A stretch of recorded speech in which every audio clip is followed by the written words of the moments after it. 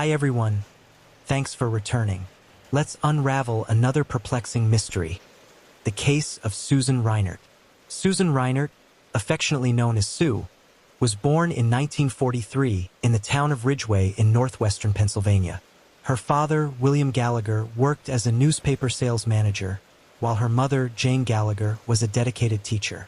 From an early age, Susan showed a passion for learning and a strong love of literature, suggesting that she might follow in her mother's footsteps into the field of education. While studying at Grove City College, Susan met a young Air Force recruit named Kenneth Reinert. Although their meeting was simple, it had a profound impact on her life. Susan and Kenneth's relationship deepened as they both pursued higher education. After much effort and determination, Susan graduated from college with a bachelor's degree. She continued her education, earning a master's degree in English from Pennsylvania State University in 1965. Susan and Kenneth began their new lives after graduating from Grove City College. Because Kenneth was in the military, they had to move around a lot. They started by moving to Sacramento, California, then returned to the Northeast and lived in Rome, New York. The family even lived in Puerto Rico for a while before settling permanently in the Philadelphia area in 1971. In 1974, Susan Reinert, a devoted teacher and loving mother, experienced a turning point when she and Kenneth decided to divorce. The divorce was amicable without legal disputes. Susan then became an active single mother, focusing on building a home for her two children, Karen and Michael. With her warm and friendly personality, she was well-liked by her colleagues and students at Chestnut Wald Elementary School. In addition to her teaching career, Susan was actively involved with Parents Without Partners, especially in the Valley Forge program. After her mother passed away, Susan found strength and support from this organization. Despite her grief, she persevered through her involvement with Parents Without Partners. Susan's story took a mysterious turn on June 22, 1979. Susan Reinert and her two children spent their day together. That morning, her son Michael had been with his father, Kenneth. That evening, they had attended a father-son baseball game. However, the game ended early when Susan picked Michael up at 8:30 p.m.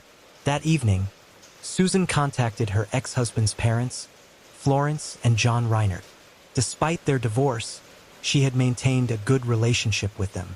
Susan checked the gas tank and found it was nearly full, enough for the trip to Allentown, Pennsylvania, a town about an hour's drive north. The purpose of the trip was to attend a single-parent conference and spend the weekend with her children. Susan had signed up to run a workshop there and keep the children involved in activities throughout the weekend. They planned to leave on Saturday morning and return home late Sunday at around 9 p.m. On Friday night, Karen and Michael were playing outside, picking up hailstones left over from a summer storm. About 30 minutes later, neighbors heard Susan's orange-red Plymouth Horizon start. Minutes later, the car disappeared. Susan had left the house with her two children, possibly to visit her boyfriend before going to the conference. She was in a long-term relationship with William Bradfield, a fellow teacher. Although they tried to keep it a secret, the relationship was causing tension in Susan's marriage to Kenneth. There were even rumors that Susan and William might get married. On June 22, 1979, Susan and her children set off after visiting her boyfriend. They planned to travel to Allentown, about 49 miles north, to spend the night at a motel. However, they never arrived. Susan and her children disappeared without a trace, leaving those who knew and loved them distraught. On June 25, 1979, Susan's Plymouth hatchback was discovered in the parking lot of the Host Inn in Harrisburg, 87 miles from Allentown and 97 miles from her home. Tragically, Susan's lifeless body was found in the back of the car. The details of her agonizing death were gruesome. Her body was naked, beaten, and bound with chains, curled up in the wheel well of the car. Her hands were tied, and she had black eyes. She had been beaten with chains or tied so tightly that the chains left bruises on her back. More frighteningly, she had been injected with a fatal dose of morphine. The whereabouts of her two children, however, were unknown. They had seemingly disappeared without a trace. Police searched for hours, but no one had seen them, nor had any of Susan's friends or relatives seen them that weekend. So the police began investigating further. They posted pictures of the Reinert family in newspapers for weeks, looking for any clues about the children. The investigation discovered that Susan had named William Bradfield, the man she thought she was going to marry, as the beneficiary of $730,000 in life insurance policies. This raised suspicions that her children might have been murdered so he could receive the money. However, William Bradfield had a solid alibi, as he was in Cape May, New Jersey, the weekend Susan was murdered and her children went missing. Several teachers were present and confirmed his whereabouts. The police then turned their attention to Upper Merion High School, where Susan worked, as the school was experiencing problems. Principal Jay Smith was embroiled in a scandal. He had served as principal until he was fired the previous year after being arrested at a local shopping center in his Ford Granada. Police discovered loaded handguns, a balaclava, and burglary tools. More disturbingly, a syringe containing morphine was found in the trunk. Jay had been struggling before that.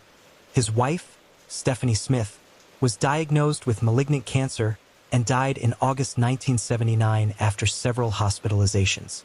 During this time, Stephanie Smith began keeping a diary, documenting her husband's strange behavior, which became increasingly worse.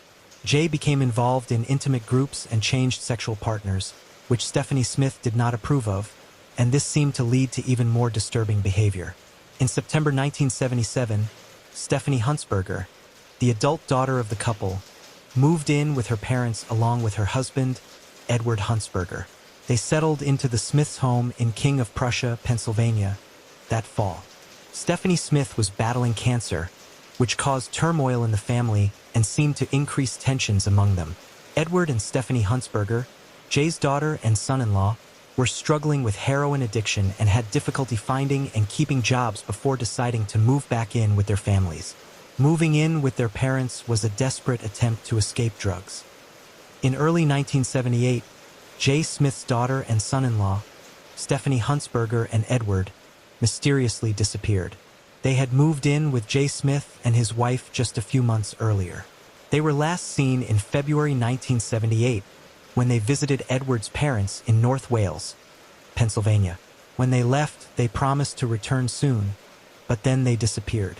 Their disappearance was first noticed when Edward failed to show up for a meeting with his probation officer later that month. Authorities contacted Jay Smith, the last person known to have had contact with the couple. Jay Smith told people that Edward and Stephanie Huntsberger had run away to California. He said they owed money to some drug dealers in the area and had fled to the West Coast. However, he was unable to provide any further information about the incident. Edward and Stephanie Huntsberger lived a nomadic life, so their disappearance went unnoticed for some time. Meanwhile, Jay was arrested for burglary. When police searched Jay's home, they found several suspicious items, including weapons, drugs, security uniforms, badges, and pornography. They also discovered nitric acid and office supplies stolen from a nearby school. Jay was suspected of being involved in recent armed robberies.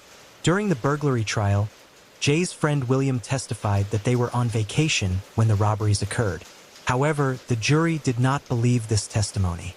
Jay had a bad reputation in Upper Merion and was known as the Prince of Darkness. Jay Smith was eventually sentenced to 2 to 5 years in prison on June 25, 1979, for a series of store robberies that took place in the late 1970s. During the investigation, Jay was arrested for burglary. Although Jay was in custody, the police still considered him a prime suspect in Susan's murder and continued to investigate his past. They made a remarkable discovery. Jay's daughter and son-in-law had also disappeared under similar circumstances as Susan and her 2 children. This led the police to suspect that there might be a connection between the 2 disappearances: Susan's death and the disappearance of her children. First, Susan had been killed by a morphine overdose, and a large amount of morphine had been discovered in Jay's home several months earlier. Second, a plastic comb with Jay's identification had been found in Susan's car. The disappearance of his daughter and son-in-law closely resembled the disappearance of Susan's children. The events that unfolded in this case were shocking and left a lasting impact on the public. However, the most shocking truth was yet to be revealed. In late July 1979, about a month after Susan's body was found near Harrisburg, investigators discovered a potential motive for the horrific murder: financial gain. On July 20th, 1979, a Philadelphia attorney filed a motion to stay the execution of Susan's will in both Montgomery County and Delaware. The motion was filed on behalf of Kenneth Reinert, Susan's ex-husband, and Patrick Gallagher, her brother. The purpose of this legal action was to give both men an opportunity to review the contents of Susan's will before it was executed. They decided to file in both counties because Susan's residence in Ardmore, Pennsylvania, was near the county line, allowing her to file her will in both places. It was later discovered that just a few weeks before her death, Susan had made several significant changes to her will. She had also purchased several large life insurance policies, naming her current boyfriend, William, as the beneficiary. In the legal documents, she referred to him as her future husband. As the police investigated further, they determined that Susan's death occurred between midnight on Saturday, June 23, 1979, and midnight on Sunday, June 24, 1979. William and other teachers arrived in Cape Cod at 5 a.m. on Saturday and remained there until the afternoon of Monday, June 25th. However, it was unclear exactly where William was during the time of Susan's disappearance, casting doubt on his alibi. The investigation also revealed that Susan had withdrawn large sums of money from her account, totaling approximately $25,000, through multiple transactions due to daily limits. She told the bank staff that she intended to invest the money in high-yield investments managed by William, whom she referred to as her future husband. What Susan did not expect was that she was just one of many women in William's life. He was secretly dating several other people, including a co-worker who taught English, with whom he had maintained a secret relationship for nearly 10 years. William had promised Susan that the investments would yield large returns to finance their upcoming wedding and move to England. During the investigation, investigators found fake stocks and bonds in Susan's home, which initially puzzled them. They later discovered that William had sold these fake securities to Susan and then passed them on to her. These securities were mostly related to fictitious and worthless companies, suggesting that William had been deceiving Susan for a long time. This discovery added a new dimension to the case, further verifying William's financial motives. In March 1980, William was called to testify in a civil lawsuit. During his first appearance, he refused to answer questions directly and referred questions to his legal counsel. Although William's attorneys denied that he had taken Susan's money, they were willing to negotiate with the state to settle the matter and handle Susan's $1 million will. By June 1980, William had officially testified in court for the first time. He denied most of the allegations related to the case, insisting that his relationship with Susan was not as serious as she had told her relatives. He also denied any plans to marry Susan later that year, contrary to what Susan had shared with her close friends.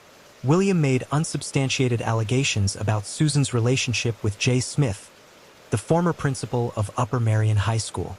Although there was no evidence to support these claims, on the contrary, many of Susan's relatives and friends confirmed her long-term relationship with William. It should be noted that Jay Smith was in prison during the trial. William did not explain why Susan chose him as the heir to her $1 million-plus estate. Instead, he described Susan as unreliable and troubled. William also blamed Susan for her problems and claimed that he was only helping to solve her problems, especially in the civil lawsuit over the missing $25,000. In June 1980, Susan's brother and ex-husband filed a separate lawsuit. They wanted to recover the entire $450,000 insurance policy that Susan had received a few weeks before her death. The intention was to put the money in a trust fund to conduct their own investigation. The case was complicated and full of unexpected events. On February 20th, 1981, William was arrested by the police on 3 charges: 2 counts of theft and 1 count of conspiracy. He was accused of keeping $25,000 that Susan had given him to invest. William was released on bail on February 23, 1981, but his criminal trial was scheduled to begin the following month. Before the criminal trial began, the civil case was closed. It was decided that $36,000 from Susan's estate would be used to further investigate the children's clothing and settle a dispute over the remainder of her will. This prevented William from receiving any money. On August 3, 1981, William's criminal trial lasted 5 days and ended with a guilty verdict on the theft charge. Delaware County District Attorney Edward Weiss then asked that William's bail be increased from $25,000 to $75,000. The reason was that they believed this sentence increased the risk of William fleeing, especially since there was a possibility that he would be charged with murder. Judge Robert A. Wright granted this request. On April 6, 1983, William was arrested by the Pennsylvania State Police on several felony charges, including 3 counts of murder, attempted murder, kidnapping, conspiracy to kidnap, and obstruction of justice. The jury concluded that William knew about the plan to kill Susan and her children and was involved in the crimes. Although Jay Smith was believed to be involved, he was not charged at the time. Part of the indictment was based on the testimony of Proctor Noel, a fellow inmate, who stated that during a game of chess, William confessed to his involvement in the murders. The arrest of William Bradfield in April 1983 was a major step in the investigation of the case. Although there was no physical evidence linking William to Susan Reinert's death or the disappearance of her children, prosecutors were confident in the case. William's previous burglary convictions and his connection to the suspected body dumping led to more serious charges. In the 1980s, Jay Smith, who was serving time for other crimes, was forced to testify before a grand jury despite invoking his Fifth Amendment right to remain silent. William Bradfield was also called to testify in 1984, but details of his testimony have not been released. The hearing was reportedly related to the disappearances of Stephanie Hunsberger and Edward Hunsberger, Jay's daughter and son-in-law. In April 1985, Jay was asked to provide handwriting samples to compare with old documents that might be related to the plan to kill Susan Reinert. This investigation led to Jay's arrest on June 25, 1985, exactly 6 years after Susan Reinert's body was found. Jay was charged with 3 counts of first-degree murder and held in custody while awaiting trial. In 1984, Joseph Wambaugh, a well-known crime author, published a book about the case. The book supported the theory that Jay was the killer. A television movie based on the book was later produced, bringing the case to national attention. Jay maintained his innocence throughout his imprisonment. He appealed and accused William Bradfield of framing him. In 1989, the court reviewed the case and found problems with the indictment, leading to a new trial in 1990. Jay waived his right to a speedy trial to allow for a more thorough investigation. In 1992, the Pennsylvania Supreme Court ruled in Jay's favor, overturning the murder conviction and finding the prosecution guilty. For the next 2 decades, the state did not retry the case, allowing Jay to live out his life in freedom. William Bradfield continued to evade liability and refused to pay the $25,000 owed to Susan Reinert's estate. The case dragged on until 1996. Jay sued the state and Joseph Wambaugh for defamation and conspiracy, but both lawsuits were dismissed. On January 16, 1998, William Bradfield, after more than 10 years in prison, was found unconscious in his cell and died of cardiac arrest. Susan's ex-husband, Kenneth Reinert, died in June 2002 without knowing the fate of his 2 missing children. Jay Smith, who was exonerated in 1992, wrote a book about his case and remarried in 2002. He died on May 12, 2009. However, the 1978 disappearance of his daughter and son-in-law, Stephanie Hunsberger and Edward Hunsberger, remains unsolved to this day. Part 2, Lamu's Story. Hello friends, welcome to our channel. Today we're going to take a look at another horrible case with you. The case of Lamu. Unhealthy relationships with a cruel person and a narcissist never lead to anything good. It's crucial to realize this in time and break off such connections before tragedy occurs. Emotional abuse is typically just the beginning and a prelude to physical violence, which the abuser will use to control and dominate their partner, suppress them, and create an atmosphere of constant oppression and fear. Our story today revolves around a popular Chinese blogger, Lamu, whose tragic end a few years ago shocked all of China.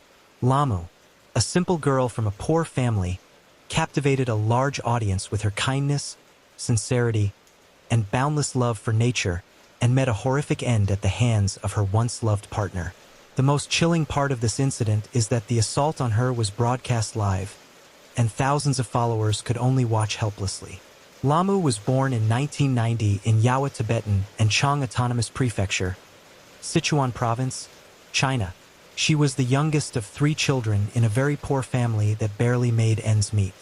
She grew up with her older biological sister and stepbrother in a home shared with their parents and grandmother. Their family collected rare medicinal plants, which they sold in local pharmacies for a meager income. After completing only 3 grades, Lamu had to leave school to work with her family members and help support them. Along with the adults, she climbed high into the mountains, where at certain times and in special places, they could find the rarest herbs and flowers with healing properties. Lamu was well-versed in these plants and had a sincere love for nature, admiring its beauty and generosity and drawing strength and inspiration from the mountains. As social media popularity grew, she created her own account on a Chinese equivalent of TikTok. There, Lamu posted short videos showcasing her daily life, household activities, and the beauty of her native province.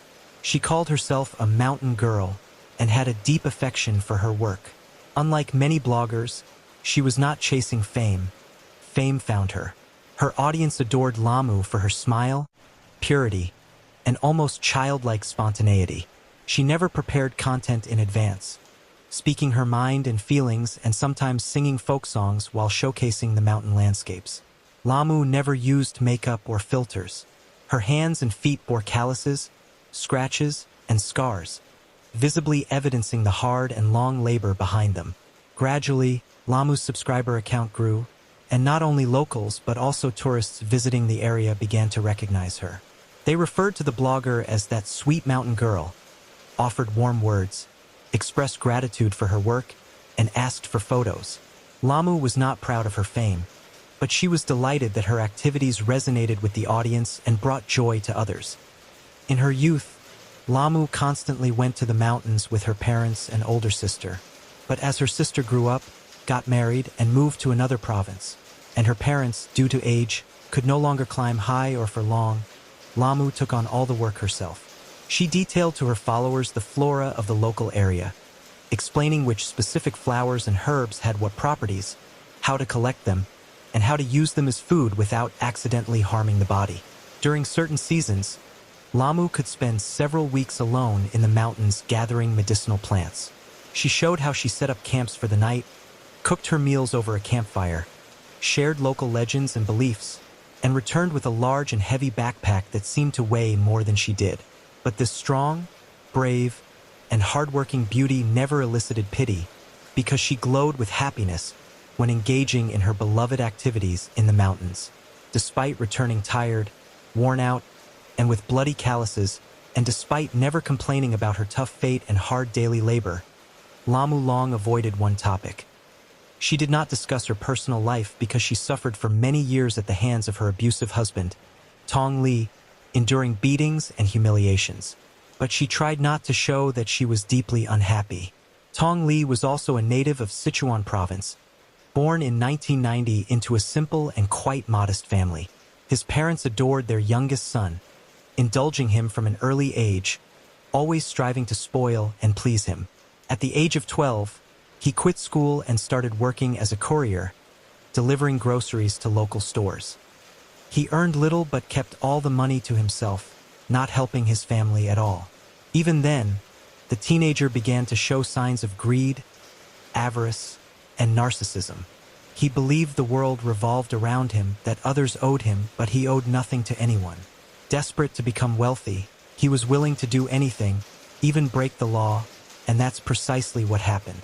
At 15, Tong left home, fell in with the wrong crowd, and began dealing in banned substances and petty theft. He also dabbled in gambling and took pride in getting away with it. He aimed to earn respect in the criminal underworld, become rich, and escape the poverty he grew up in. Sometime later, Li's parents opened their own small spice and tea shop, investing all their efforts and resources into it. The business quickly took off, generating a decent income, and the family soon became well off by local standards. At that point, Tong decided to return home and offered to help expand and promote the family business. In reality, he just wanted to live off his relatives, who worked hard daily. Tong considered himself successful and wealthy, spending money on personal luxuries, boasting to friends about his expensive items, and behaving selfishly, even claiming the store's success as his own. Meanwhile, he kept in touch with local criminals, maintaining a separate under-the-table business with them. ##### First Love. Tong and Lamu met when they were just 17. The young man was so enchanted by her beauty, kindness, and sincerity that he was head over heels in love. He courted her earnestly, giving gifts, and it seemed he was ready to change for her, become more mature and serious, and cut ties with the criminal world. The young and naive Lamu quickly fell for his charms, believing she had met her Prince Charming with whom she would be happy. No one had ever courted her so diligently before, and no one had tried so hard to win her over. Soon, the young couple developed a romantic relationship that lasted almost 2 years before they decided to make it official. As soon as Tong turned 19, he proposed to his beloved, who eagerly accepted. However, their parents were not thrilled about their decision to marry. They tried to dissuade the young couple, believing they were too young to start a family, but the young lovers wouldn't listen to anyone. In 2009, they got married, and the newlywed wife moved into her mother-in-law's house. #### Lamu's personal hell. Initially, married life seemed quite blissful. Tong tried to be a good husband, left behind his bad influences and gambling, and focused on his young wife and the family business. Lamu took on almost all the household duties and also helped her beloved's parents in their shop. However, it wasn't long before her husband started disappearing with his old friends again. He returned to his unlawful activities, frequently consumed alcohol, and his behavior towards his wife drastically changed. Tong was no longer the gentle, kind, and caring man Lamu had fallen in love with a few years earlier. He became crude, self-centered, and aggressive.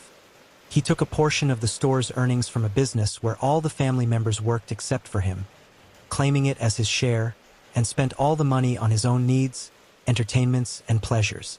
The couple started arguing frequently. Lamu tried to reason with her husband, urging him to get his act together, work honestly, quit drinking, and stop associating with people from the criminal world. But Tong wouldn't listen to either his wife or his mother, believing no one had the right to tell him what to do. According to his parents' recollections, conflicts in their home became a daily occurrence. The situation didn't change even when Lamu became pregnant. Her husband continued to vanish with his friends, and when he returned home, he was rough and aggressive. He was annoyed that his wife was now more focused on herself and their future child. He himself, like a child, demanded attention, and during one disagreement, he raised his hand to her for the first time. Lamu was shocked by her husband's action and declared she would return to her parents' home, as she refused to tolerate such treatment. At that moment, her mother-in-law, who had unintentionally witnessed the incident, intervened. She approached her son and slapped him twice, telling him he had no right to treat the mother of his future child that way. Afterwards, the woman convinced her daughter-in-law to stay, promising that it would not happen again. Lamu believed her and decided to give her husband another chance, a decision she would bitterly regret, as it was just the beginning of a real nightmare. From then on, Tong regularly became physically abusive, only to apologize afterward, crying and begging her not to leave him. Each time, Lamu wanted to believe he had come to his senses and would genuinely change, but the cycle repeated over and over. When she finally decided to leave her husband, he threatened to take their son away and do something terrible to her and her parents. Frightened, the young mother stayed, fearing he would carry out his threats. From then on, their child became his main tool for manipulation and blackmail. Lamu told none of her relatives about the nightmare unfolding in her husband's home. Even her older sister, with whom she had been very close since childhood, suspected nothing. In 2012, after a long and severe illness, Lamu's mother passed away, which was a huge shock for her. Her elderly father and grandmother were left virtually helpless, and she found herself literally living between two homes, managing to maintain order, cook, and help with the household chores. Everywhere, meanwhile, Lamu continued to regularly climb the mountains for herbs to financially support both families. Only in the mountains, amidst the hard work, paradoxically could she rest, be alone with her thoughts, and breathe freely without fear of her disgruntled husband coming home, causing a scene and hitting her again. In 2017, the woman gave birth to a second son. Relations with her husband remained strained, and her mother-in-law had long stopped trying to intervene on her daughter-in-law's behalf, though she took on all the care of the grandchildren when Lamu went to work in the mountains. Around the same time, Lamu created her account on Douyin, Chinese TikTok, where she started posting short videos showcasing the local beauty, discussing various flowers and herbs, their medicinal properties, and how to use them. Engaging with her audience became the outlet Lamu desperately needed to keep from going insane. Sometimes, she quietly sang songs for her followers, and sometimes danced against the backdrop of mountain ridges. She always appeared happy, smiling genuinely, and never once complained to her audience about her difficult life or mentioned the domestic violence she regularly endured. In 2019, Lamu's beloved grandmother passed away, and the blogger posted a video for the first time where she was crying, expressing her deep pain over losing a family member. Her numerous followers sincerely supported her, unlike her husband, who instead of showing sympathy became furious and struck her face because she was sobbing. In January 2020, after enduring another severe incident of violence, Lamu finally decided to leave her tyrannical husband. She took her sons, moved back to her parents' home, and filed for divorce. Around the same time, Lamu recorded a new video, stating that for the first time in a long while, she felt calm and confident. In the video, it was evident she tried to cover up a large bruise under her eye with concealer. However, she never disclosed to anyone the domestic abuse she had suffered for years. Regrettably, during the divorce proceedings, the court divided custody of the sons, leaving the younger child with the mother and the older with the father. This decision was a devastating blow for Lamu. Her now ex-husband unexpectedly changed tactics, romantically pursuing her again, proposing they start over and not break up the family. He swore he had realized his mistakes, wanted them and the boys to live together again, and promised to acknowledge all his past errors and never repeat them. For a couple of months, Tong put on the act of a repentant man. He gave flowers, created real celebrations for the family, tried to help his ex-wife around the house, and even joined her on mountain trips, which he had never done before.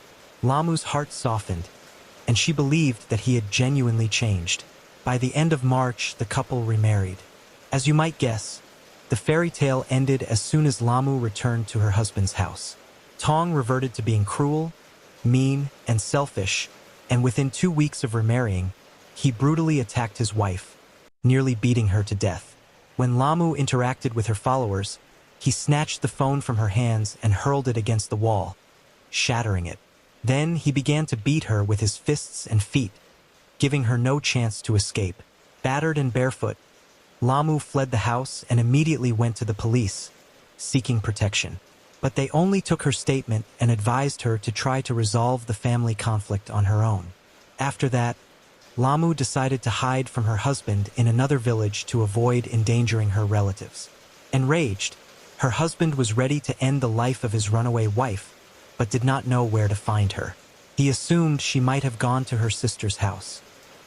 He visited the sister's home and began yelling, demanding she tell him where Lamu was. The woman knew nothing about it and asked him to leave. Then, Tong repeatedly struck her in the face with all his might. At that moment, her husband was at work, so there was no one to protect the unfortunate woman. She suffered a fractured cheekbone, eye socket, and her nose was broken. After the second victim also filed a police report, Tong was finally held accountable administratively, but he was not arrested. Nevertheless, Tong laid low while the second divorce proceedings were underway, not attempting to contact his wife. Unfortunately, this time around, the court, in dissolving the marriage, left both sons with the father, as the Lee family was wealthy, and money proved to be the deciding factor. The heartbroken mother was crushed with grief. Her close ones urged her to leave the village for a while, fearing the ex-husband would seek revenge and possibly do something dreadful. However, Lamu refused, wanting to be near her boys. 3 weeks after the second divorce, Lamu went to the mountains, where she recorded a video of herself singing and dancing. Apparently, this was her way of trying to relieve stress. But her ex-husband interpreted it as her celebrating their separation, which blinded him with rage. On the evening of September 14, 2020, around 8, Lamu started a live stream to chat with her followers. She was dressed in a traditional Tibetan outfit, softly singing folk songs. She put a finger to her lips, whispering that they needed to be quiet because her father and visiting stepbrother were already asleep while she prepared breakfast treats for them. At that moment, a terrible noise erupted off camera, as if someone had kicked the door in. The blogger turned pale, frozen in fear, her eyes wide with horror as she stared at the person entering. Then, she suddenly jumped up, clearly trying to escape. The tripod with her smartphone fell, camera down, but the broadcast continued. Viewers could not see what was happening in the room but could hear everything. Heavy footsteps were heard, followed by the sound of a liquid splashing on the floor and walls. Lamu started screaming for help. Then, her father's voice pleaded with the intruder to calm down and put down the knife. Lamu warned her family that the room was doused in gasoline and begged them to save themselves. A sinister silence fell for a few seconds. Then, the click of a lighter followed by a piercing scream was heard. The broadcast cut off as the crackle of flames spreading through the room intensified. Followers were in disbelief, unwilling to accept that they had witnessed a tragedy, with some even speculating it was a cruel prank. Unfortunately, the worst had occurred. Tong decided to brutally exact revenge on his ex-wife for daring to leave him. He rode a motorcycle to Lamu's house, bringing along a canister of gasoline and a large knife.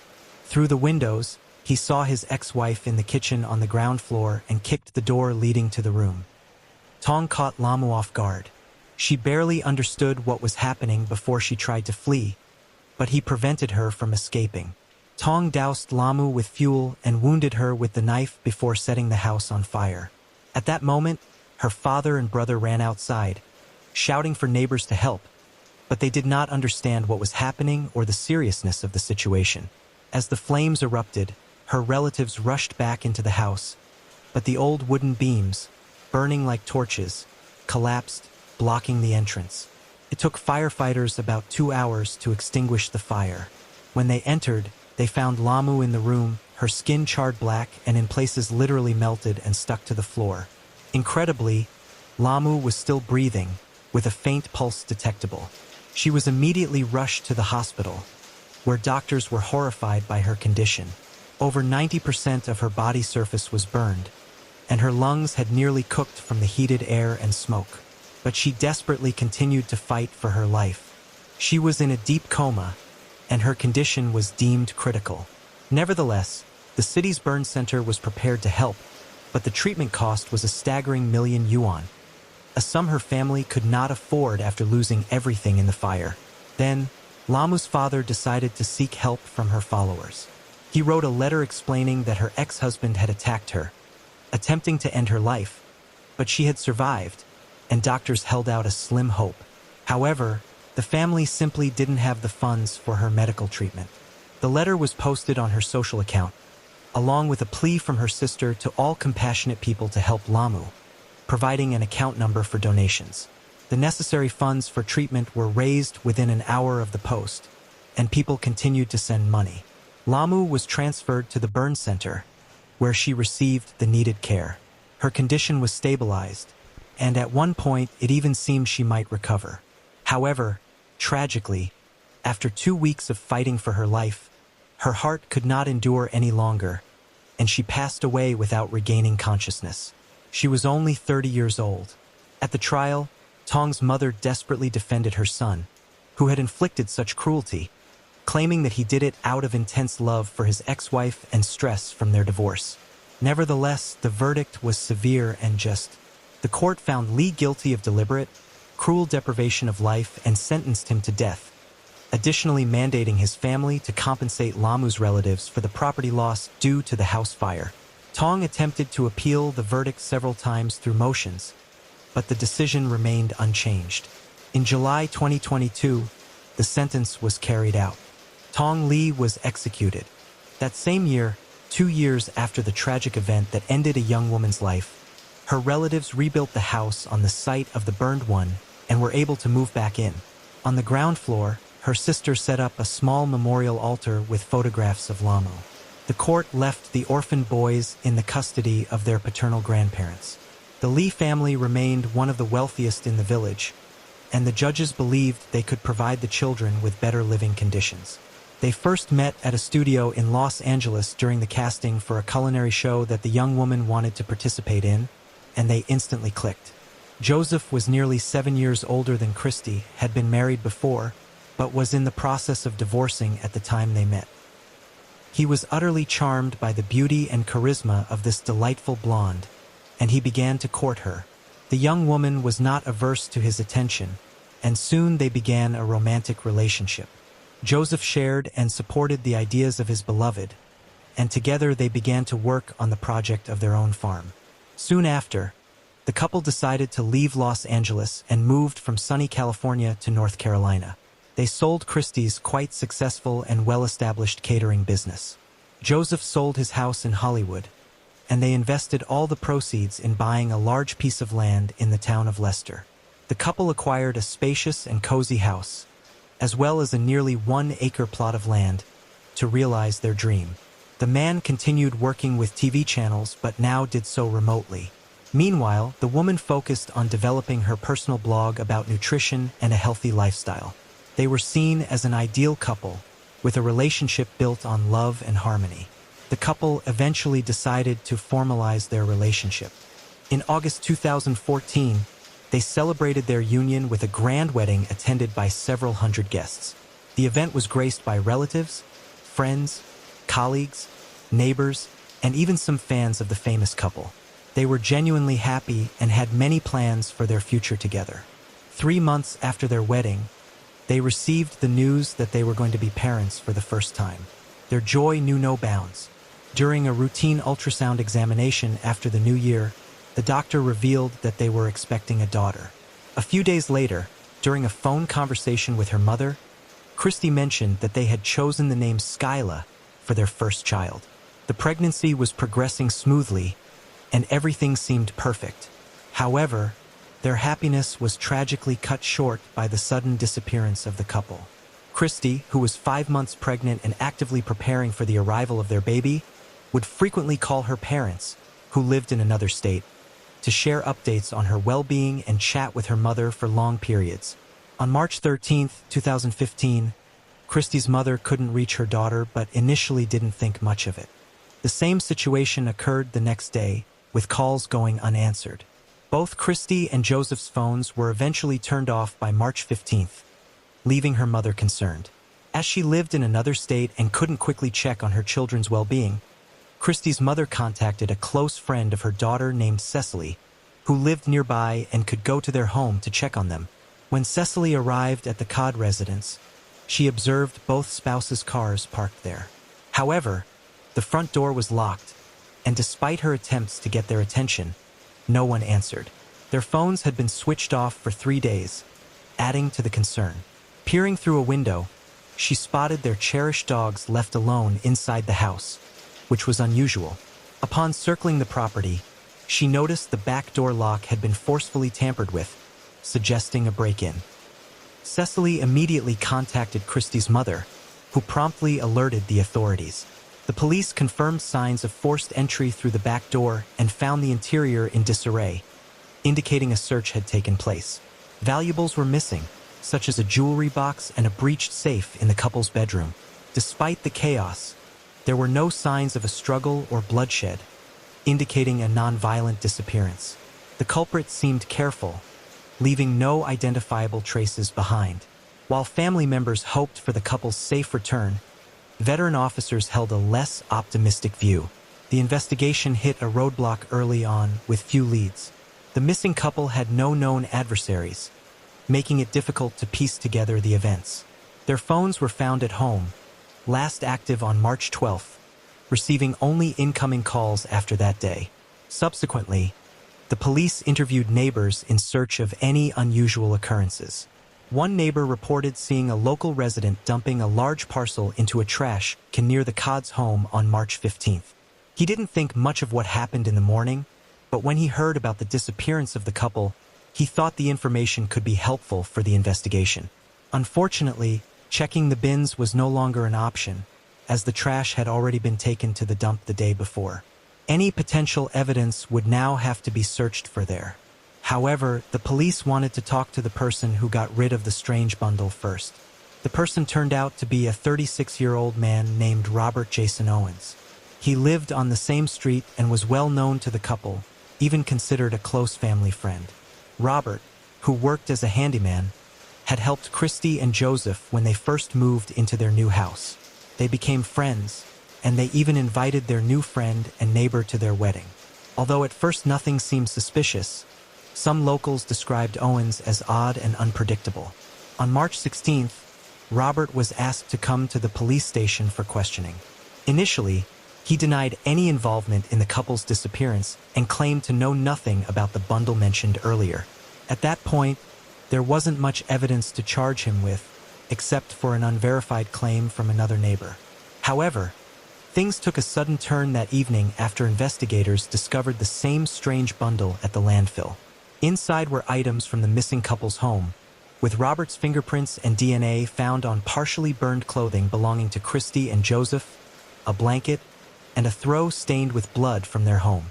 This evidence confirmed the police's suspicion that the couple were no longer alive. Any doubts were dispelled when the police searched Owen's home and discovered charred human skeletal remains in his wood stove. Robert was then considered a suspect in the gruesome killing of his neighbor and his pregnant wife.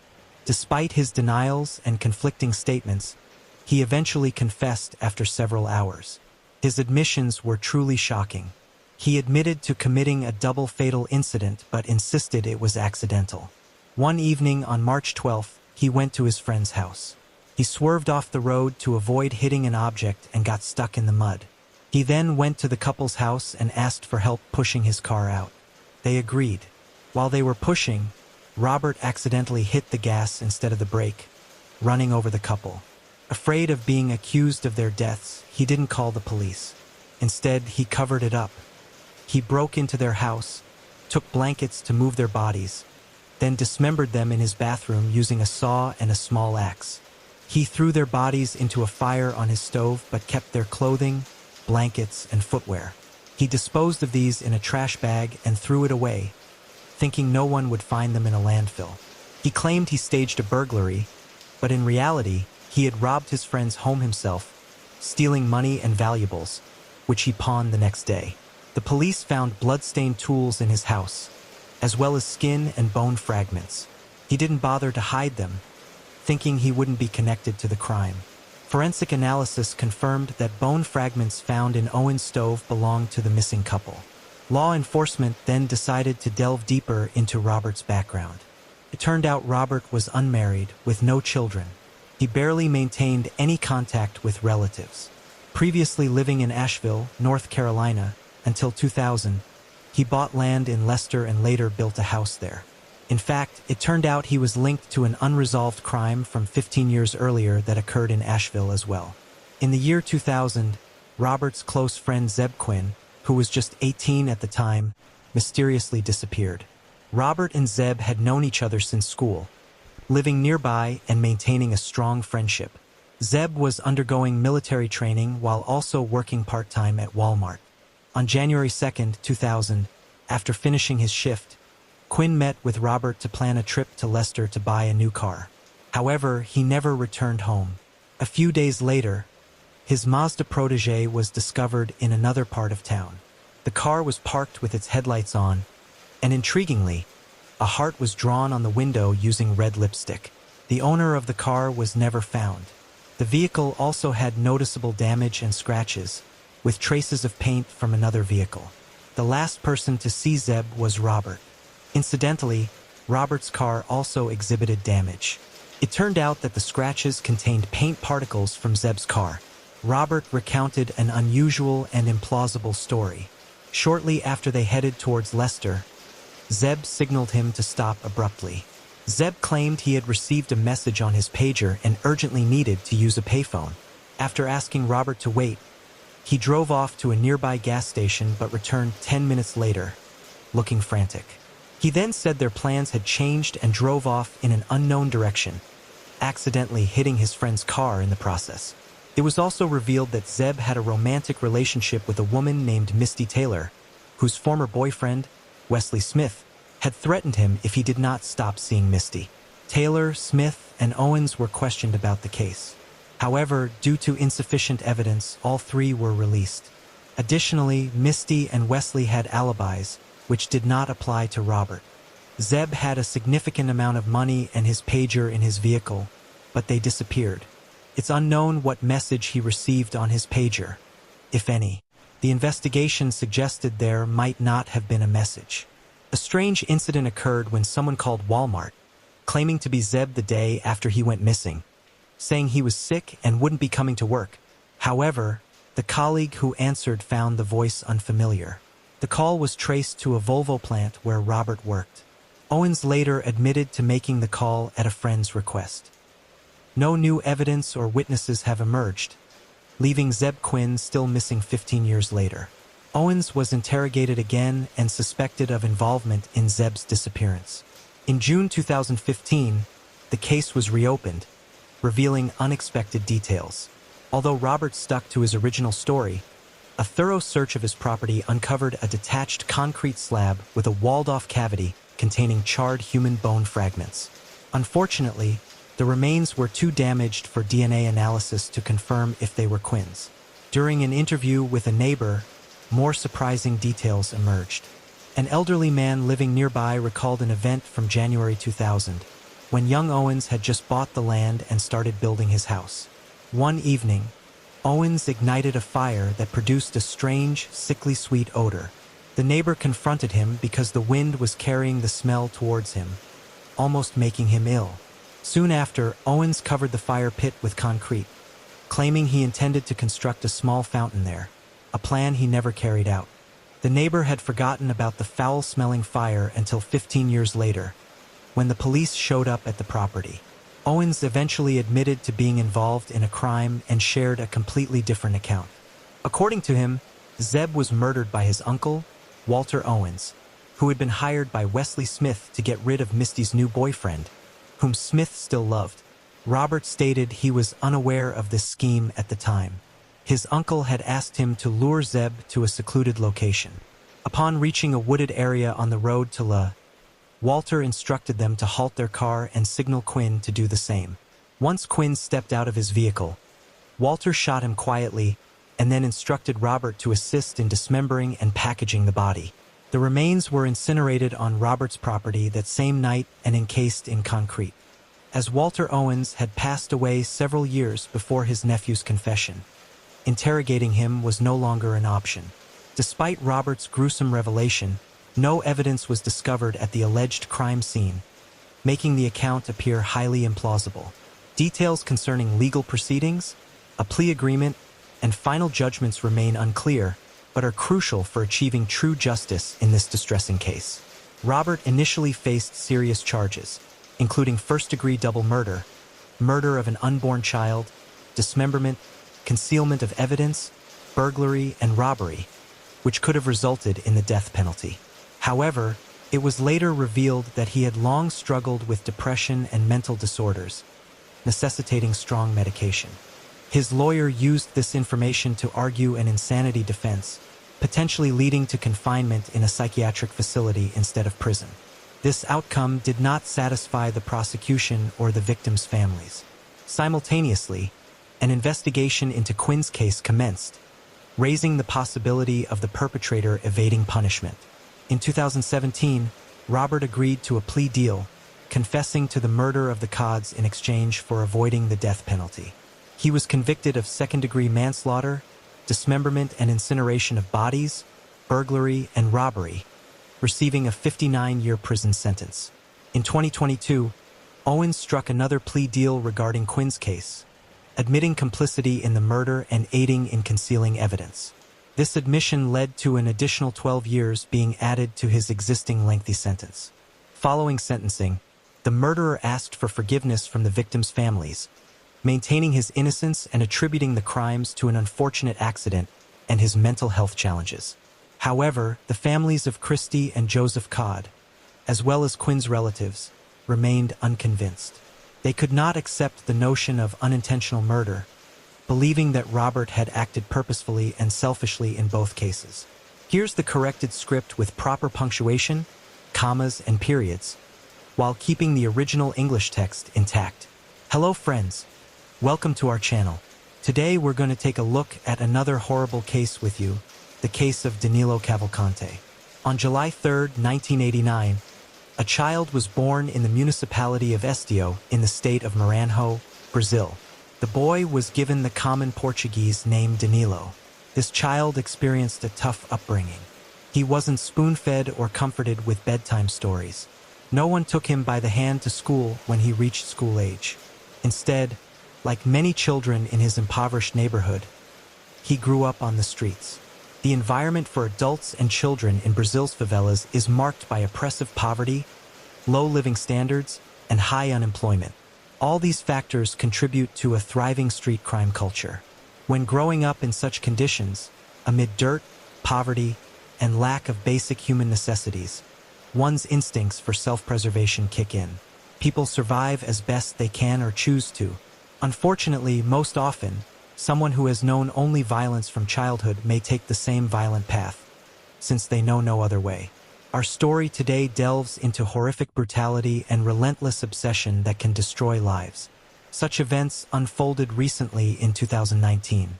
Sarah Brando eagerly awaited the arrival of her younger sister Deborah and her two nephews, Ian and Yasmin, at the airport.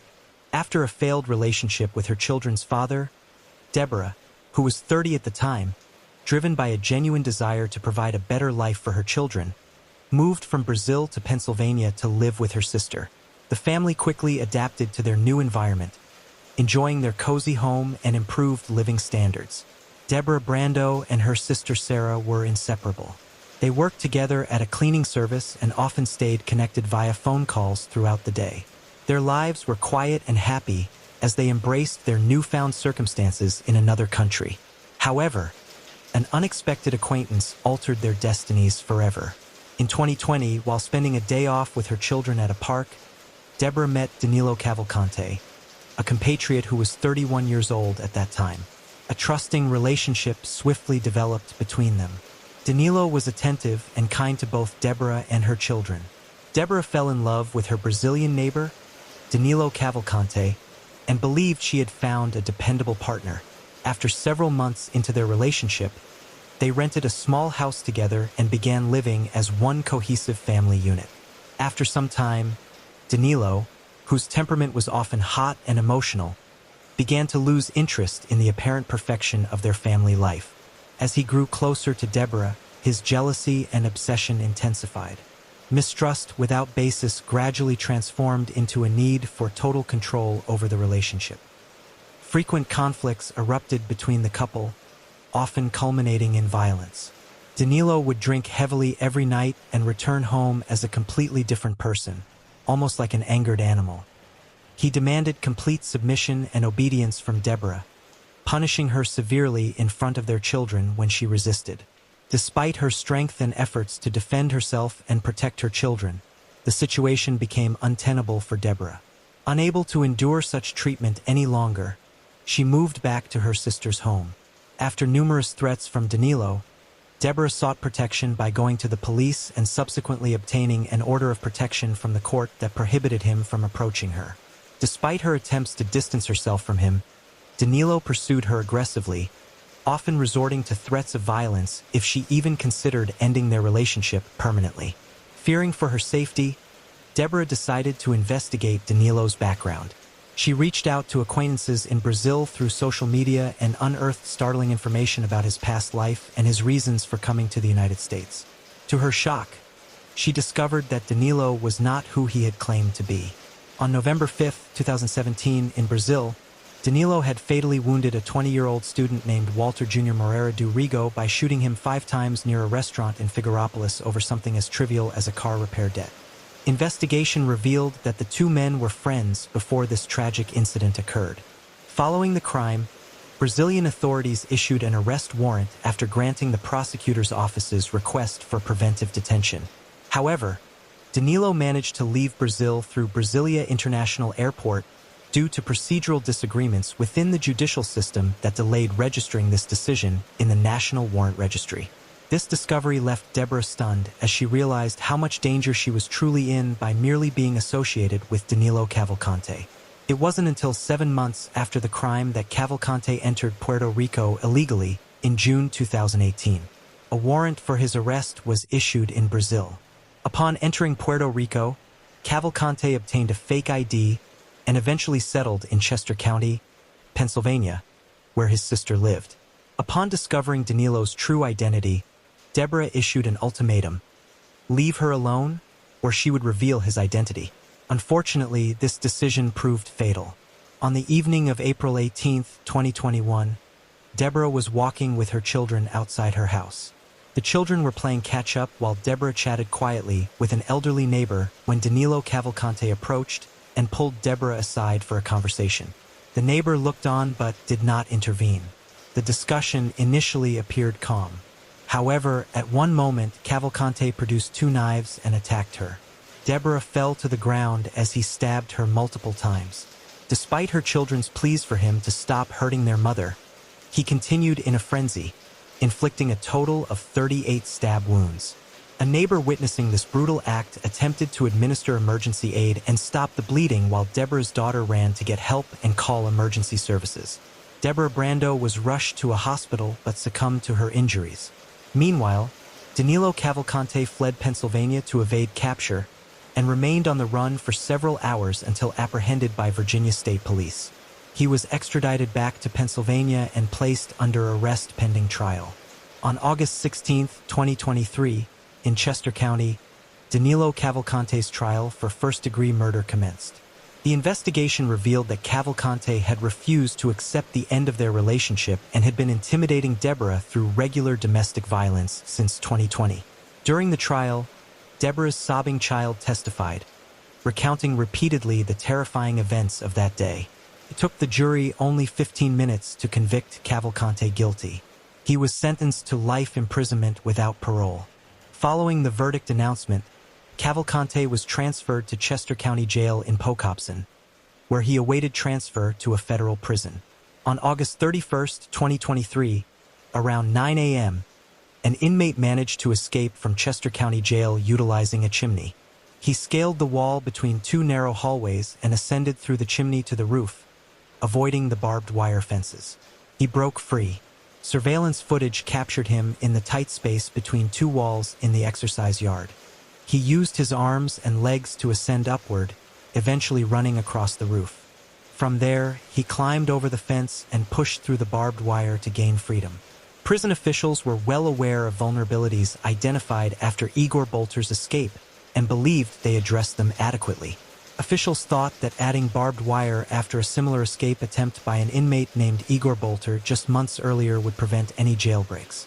Acting Warden Howard Holland stated that, according to court documents, in May, inmate Igor Bolter had climbed onto the roof of the jail and jumped to a less secure location but was captured less than a mile from the prison within about 5 minutes. In response to this urgent matter, the prison was closed, initiating a massive search for Danilo Cavalcante, considered particularly dangerous. Alerts were issued everywhere. Danilo Cavalcante, age 33, with black hair, possibly armed, and very dangerous. The escape of such a dangerous felon gained significant media attention. The search for this fugitive was broadcast daily across all media channels. The Pennsylvania State Police Chief overseeing the search held regular press conferences and briefings, providing residents with precise information about this special operation. He urged residents not to stay on the sidelines but to take an active role through vigilance and observation to help determine the perpetrator's route. And it worked. About a few hours after the escape, Danilo Cavalcante was spotted walking along a road about 2 miles from the prison. With the help of reports from local residents, Cavalcante was seen by a camera in the early morning hours of September 2nd. Police set up a search perimeter around the area, securing roads and railroads that run through it to prevent Cavalcante's potential escape, and put up a $10,000 reward for any information leading to his capture. Authorities began searching within 2 miles of the jail in the heavily wooded area of Pocopson Township in Chester County. A local resident saw the fugitive in a creek bed just days after the escape, but he fled into the woods before police could find him. The search continued and the perimeter expanded. After he spent about a week on the run, a security camera captured Cavalcante at Longwood Gardens, a popular botanical garden nearly 3 miles from the jail, just south of where law enforcement initially searched for him. There's a lot of ravines, tall fields, high grass, a lot of cover for a guy who is 5 feet tall and 120 pounds, said Robert Clark, Deputy U.S. Marshal for the Eastern District of Pennsylvania. On September 5th, he stated that, in addition to tough terrain, searchers had difficulty with extreme heat and humidity lasting for several days. After a week of desperate searches for Cavalcante, the number of officers involved grew from 250 to almost 400.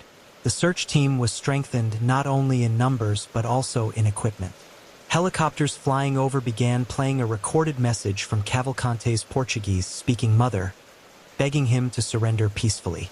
The next morning, Cavalcante was spotted by a security camera on property located about 2 miles south of the prison. Police moved in and set up a new perimeter around this facility and Longwood, as well as nearby schools. These areas were closed while search efforts continued.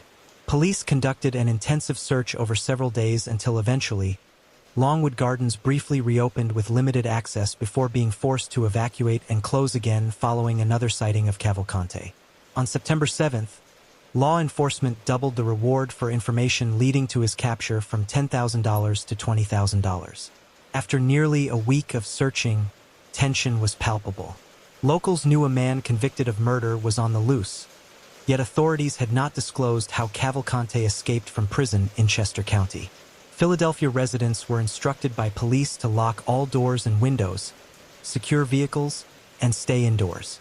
CBS News reported that 34-year-old Danilo Cavalcante had escaped from a Pennsylvania prison. The intense search pressed on until a significant development occurred on September 9th.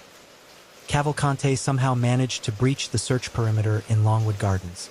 He was seen on a video intercom standing on the porch of a former colleague's home near Phoenixville, almost 20 miles northeast of the search area. Cavalcante cleverly altered his appearance. He shaved and donned new clothes and remained undetected as he moved across the state. He stole a van from a local dairy store and drove it to Phoenixville with hopes of getting help and shelter from acquaintances. On the morning of September 10th, authorities discovered an abandoned stolen van with an empty gas tank in a field in suburban East Nantmeal. The search area then shifted to the northern part of Chester County. Cavalcante's movements once again prompted changes to the search perimeter. On September 11th, as investigators continued their efforts, Cavalcante was listed on Interpol's most wanted list, and the reward for information regarding his whereabouts was increased further. That night, emergency services received an urgent call from a local resident who reported that a man matching Cavalcante's description had broken into his garage. In self-defense, the homeowner fired multiple shots and hit him 7 times. Surprisingly, Cavalcante managed to escape and stole a .22 caliber rifle with both scope and flashlight attachments. Police arrived swiftly at the scene and discovered Cavalcante's sweatshirt and shoes nearby.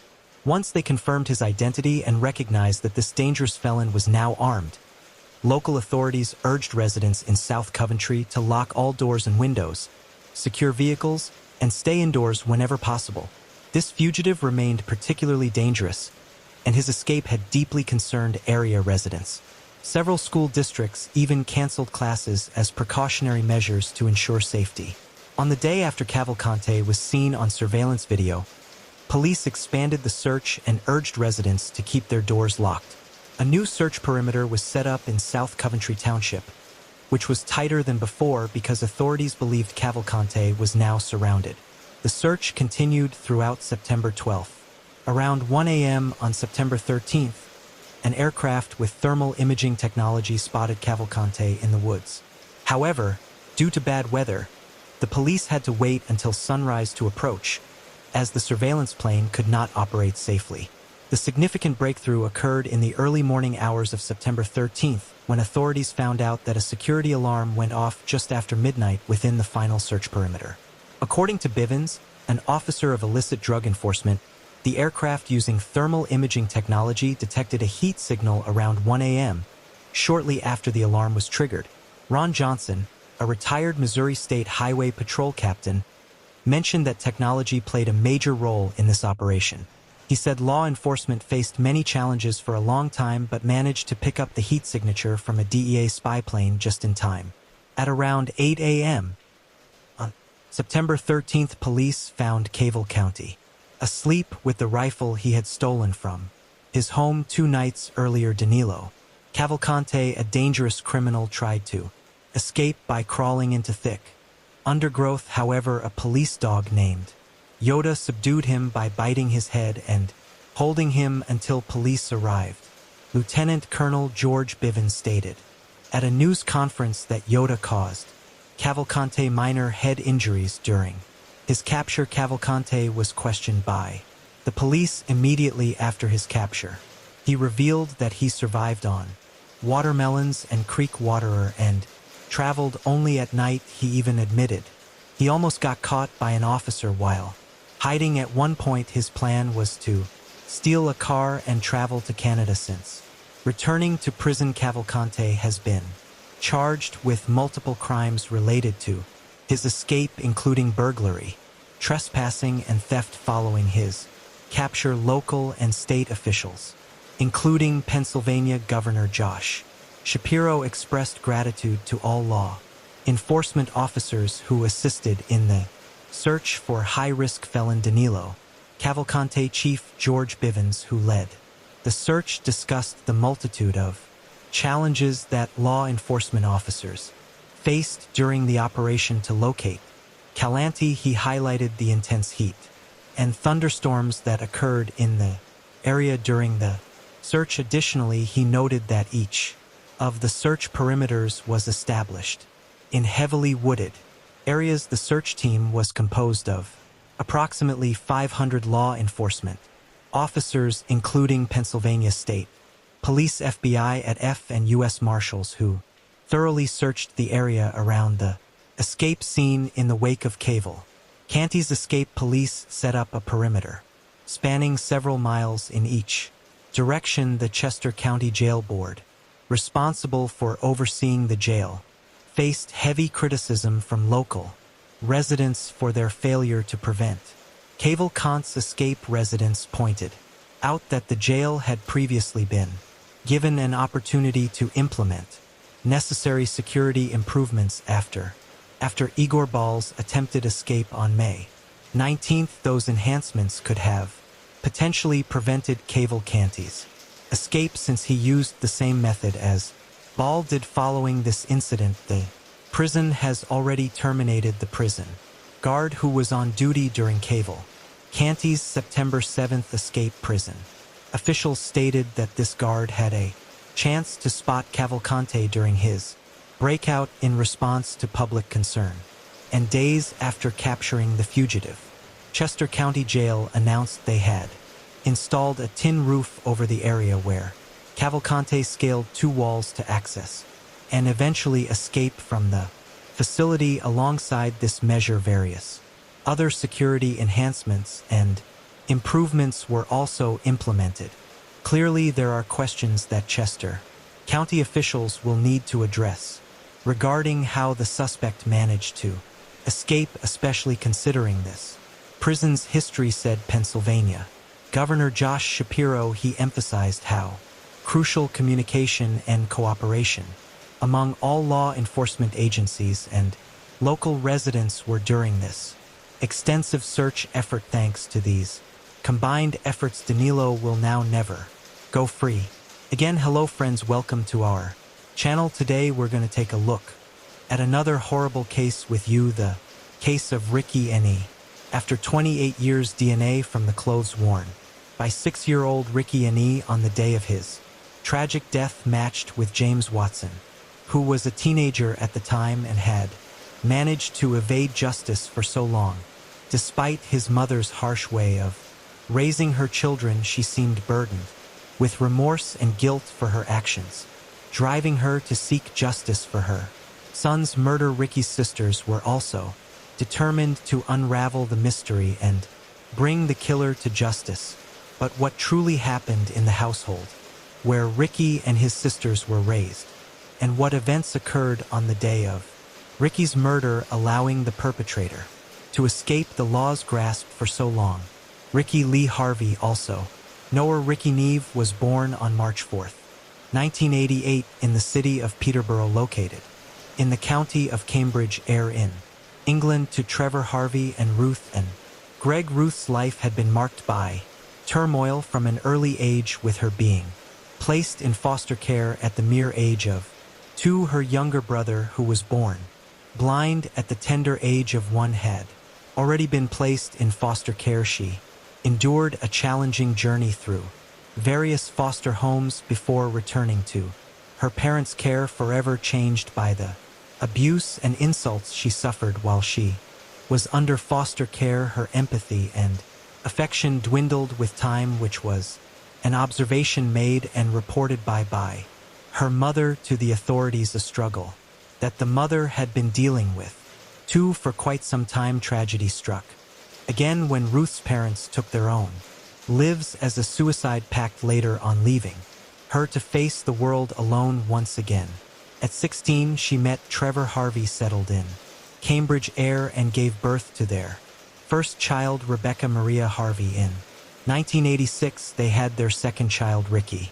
2 years later, their happiness was short-lived as Trevor and Ruth separated when Ricky was only 3, but Ruth met Dean Neve not long after they married and welcomed their first daughter into the world and named her Rel Neve. The family later moved into the Welland estate in Peterborough. In 1992, Ruth decided to change Ricky's surname to match her new husband's, and he was now known as Ricky Neve. Sometime later, they welcomed another daughter and named her Sheridan Neve. They lived in Red Mile Walk, which was a part of the Welland estate that was well known for its association with crime and drug use.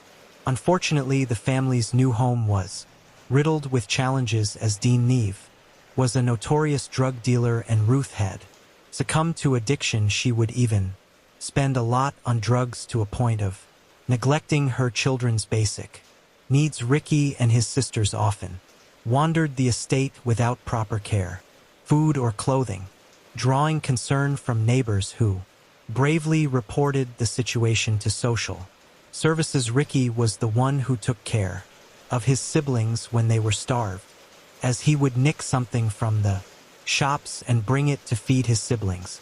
He loved being clean, so he also made sure they were clean by running a bath for them. Dean was rarely at home, and Ruth often blamed Ricky for this, claiming that he was always away since he hated his stepson.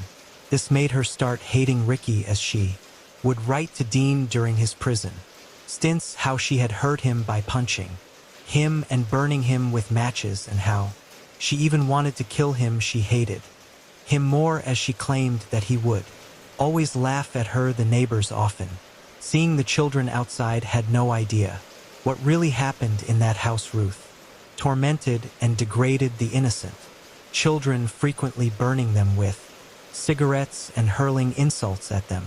At one point, she even wrote "idiot" on their foreheads and forbade them from removing it. She would force them to stand for long periods of time while she smacked them on the head. She sent them to buy her drugs even after starving them. An allegation surfaced that she had been seen dangling Ricky by his ankles over a bridge. On one occasion, she forced Ricky to swallow liquid soap, and as he struggled to breathe, he managed to say, "I love you, Mommy." She would strangle the daughters to unconsciousness and even beat them with a hairbrush to the point of breaking it. They were even locked naked in rooms full of urine. The children tried to get the attention of their neighbors, which was often in vain, as their cries were not heard by them. Ricky was placed on the at-risk that she would kill him. He was taken into short-term care to give the mother some Time, however, his files were mismanaged. Ruth, despite the clear evidence of the burns, cuts, and bruises on the children, would get away with it through her false explanations and excuses of accidents, and even blaming Ricky for being clumsy on his PA after 28 years DNA from the clothes worn by 6-year-old Ricky Neve on the day he died tragically matched that of James Watson, the teenage killer who had managed to evade justice for a long time, despite her cruelty in raising her children. Ricky's mother seemed burdened with remorse and guilt for her unforgiving actions, which drove her to seek her son's killer. Ricky's sisters were also determined to unravel the puzzling mystery and bring the killer to justice. But what really happened in the household where Ricky and his sisters were raised, and what occurred on the day of Ricky's murder, allowing the perpetrator to escape the law's grasp for so long. On January of 1995, Ruth was suspected of murdering her own son. During that very month, she faced charges of cruelty and neglect under the Children's Act and appeared at Petero Magistrates Court accused of cruelty towards Ricky and one of her other children. In May of 1995, Ruth was charged with the murder of her son and offenses of cruelty to him and 2 of his sisters. The trial began the following year. In October 1996, at the Northampton Crown Court, prosecutors told the jury that Ricky and his siblings were treated with cruelty and neglect backed by witness statements. The prosecution concluded that Ricky was killed in a sacrifice by his mother, based on her numerous death threats to him. Ruth admitted to charges of neglect and cruelty but denied any involvement in her son's murder. The case hinged on the testimony of a policeman who stated that he had not found the child's body during his search of the woods where Ricky was eventually discovered on the night of his disappearance. The prosecution claimed the officer might have missed it in the dark. The jurors acquitted Ruth, convinced that she couldn't have moved Ricky's body since the police were with her at the said time. However, she was sentenced to 7 years in jail for the cruelty towards Ricky and his sister's charges to which she had already confessed. Ruth was released in 2000, but the killer remained a mystery. In 2008, she met Gary Rogers, who married her. By then, Ricky's murder had become a cold case and the police had given up. Rogers promised Ruth that he would give her all the support she needed to reopen the case and try to find the killer. In 2013, with the help of Cambridge Times editor John Elworth, they worked tirelessly to campaign for the reopening of the case and eventually succeeded. Rogers secured the original files from Ruth's former solicitor, a collection of 13 boxes with 8 to 12 ring binders filled with papers, and diligently read through each one. They met Paul Fullwood, the head of the local major crime unit at the time, who listened to the evidence they had and saw the reviews that the police had done beforehand.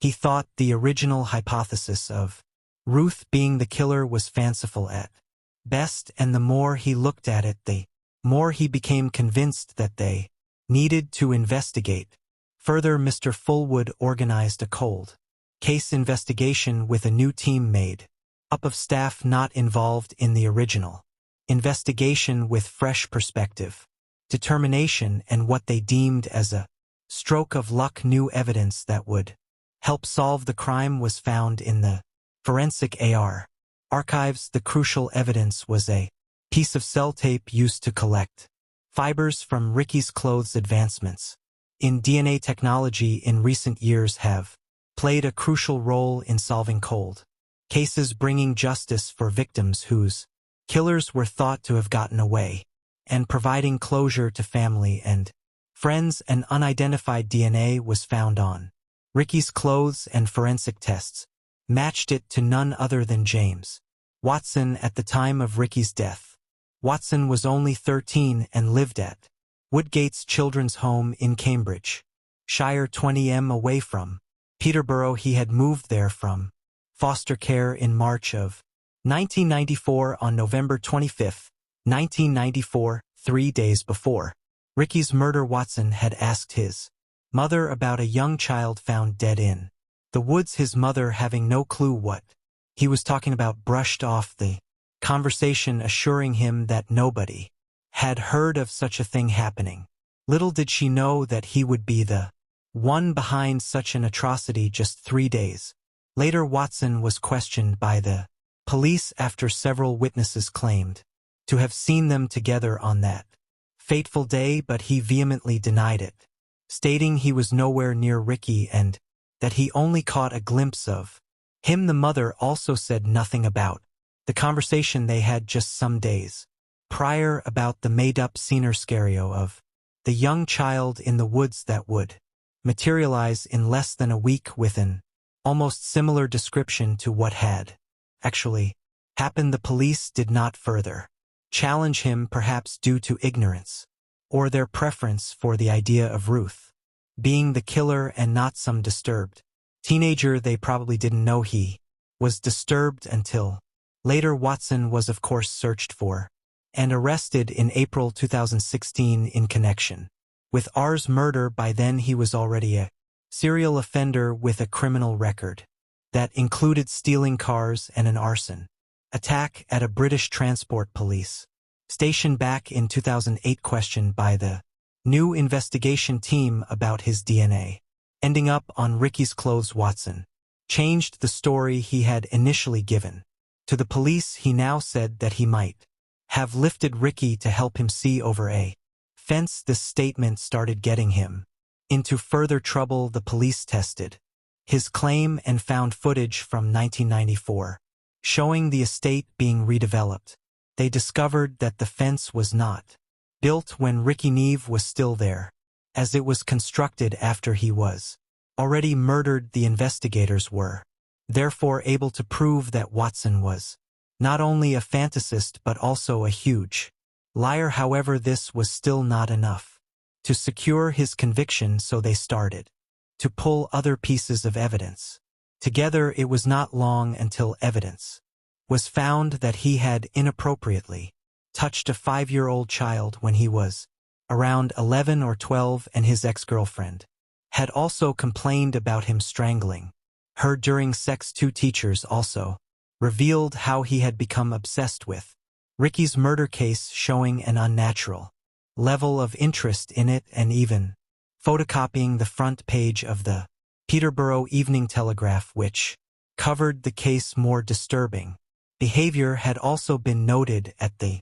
children's home where he lived, including him pleasing himself over pictures of young boys in underwear. He also kept a dead pheasant in his room, and it was claimed that he had on one occasion killed a bird and spread its wings in a sinister reconstruction of Ricky's murder. After being released on police bail, he left the UK 3 months later in a motorhome with another bail host resident. He traveled to Rotterdam, then France, and crossed the Paynes into Portugal. From France he had reached out to his sister Cla Perner, admitting that he was in serious trouble and that he had made a massive mistake. The next time he called, he reiterated that he was in deeper trouble and urgently needed to return to the UK. He had shamelessly posted pictures of himself on social media enjoying the beaches, bragging about how he got out of the country. Seeing the pictures of Watson abroad, which were extensively covered in the media, angered Ricky's family. They knew that since he had escaped the country even after his passport had been taken, he was definitely guilty of the ACT. Watson was eventually rearrested near the British Embassy in Lisbon and extradited back to Britain. He was found guilty of murder by a majority of the Old Bailey jury. Previously, the court heard how Watson's sexual interest in younger boys was known to police who had interviewed him over an allegation that he molested a 5-year-old back in 1993. The disturbing behavior was noted at Watson's children's home, and the prosecution claimed it was no coincidence that 3 days before the Murder Watson was the source of a bogus radio report about a 2-year-old boy being strangled immediately after Ricky's murder in identical circumstances. Watson, obsessed over newspaper coverage of the killing, copying front-page stories at school. The jurors heard that key evidence in the case against Watson included Ricky's last meal of Weetabix, taken in the morning, which fixed his time of death at around noon when he was seen playing with Watson. It meant that Ricky was killed shortly after heading to the woods with Watson, where he used to play. Watson's legal team had accused Ricky's mother, but she denied any involvement. Ricky's muddy clock shoes also indicated his walk into the woods was a one-way trip and not a case of being murdered by the mother and the body being dragged into the forest, therefore ruling out that accusation after a trial at London's Old Bailey that took place from January 18th to April 21st, 2022. James Watson, at the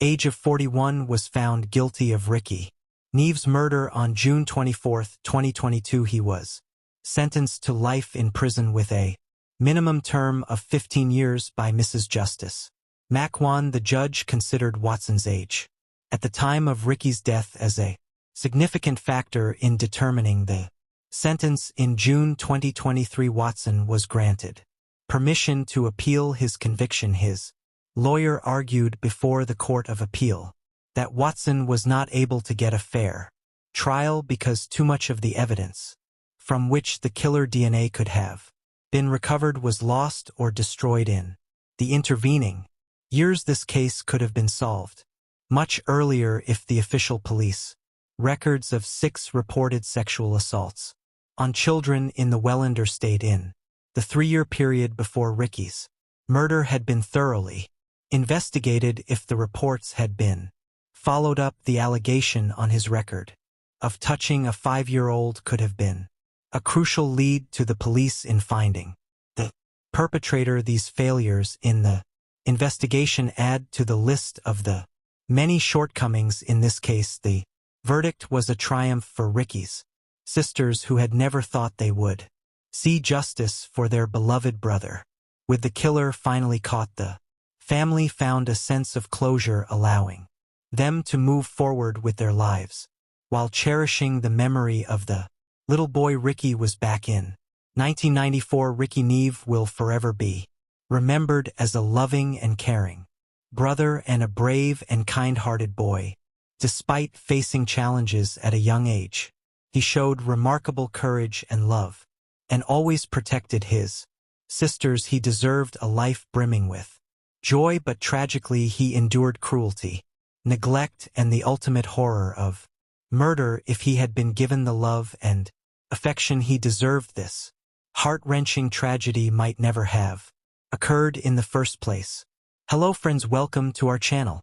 Today we're going to take a look at another horrible case with you, the case of Lorena Bobbitt. It's said that a humiliated and insulted woman is capable of anything, with the most terrifying in this list being revenge, cruel, ingenious, and sometimes unpredictable. Much in this regard depends on the lady's level of sanity, but one must not overlook the depth of her hurt. This destructive emotion can be carefully hidden within a woman for years, but if it erupts, it will sweep away everything in its path. The story of the Bobbitt spouses in the early 90s shook the world, and their surname became a byword, spawning the verb to bobbit, which means to cut or to chop.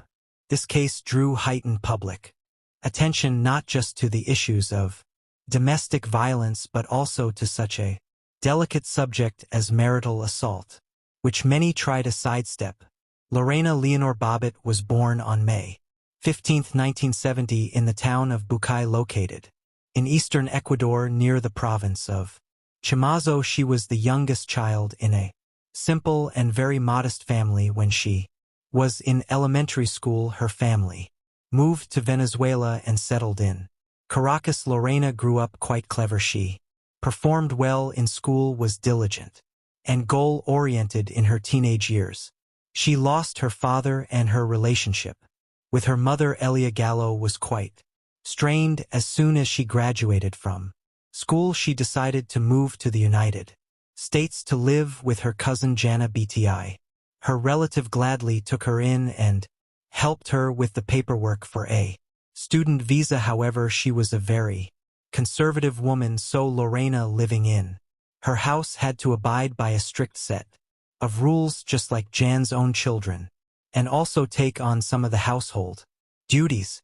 Despite everything, the young woman decided to stay in the U.S. as she realized that it offered her far more opportunities than Latin America. She had long been attracted to the beauty industry, so Gallo decided to train as a manicurist. Moreover, Bti owned her own beauty salon located in the city center, had extensive experience in the field, and was eager to help her niece learn the profession by allowing her to observe the work of the specialists and practice on her own.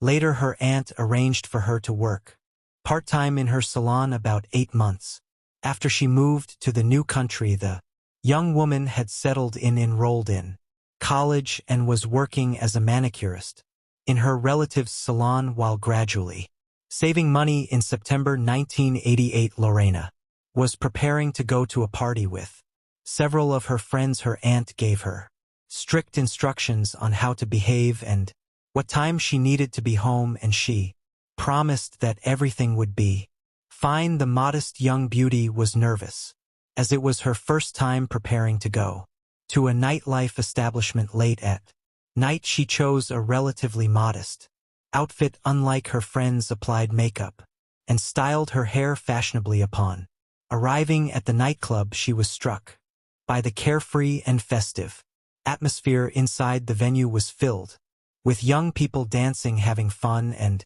socializing, and Lena couldn't help but think that such a place might be where she could meet the man of her dreams. This thought proved to be prophetic. A few minutes later, she noticed a very attractive young man intently looking at her and smiling. He waved at her and she waved back. Then the young man approached her and introduced himself. He was John Bobbitt, and he could not take his eyes off the young beauty with the quite exotic appearance. The guy was handsome, tall, and charismatic.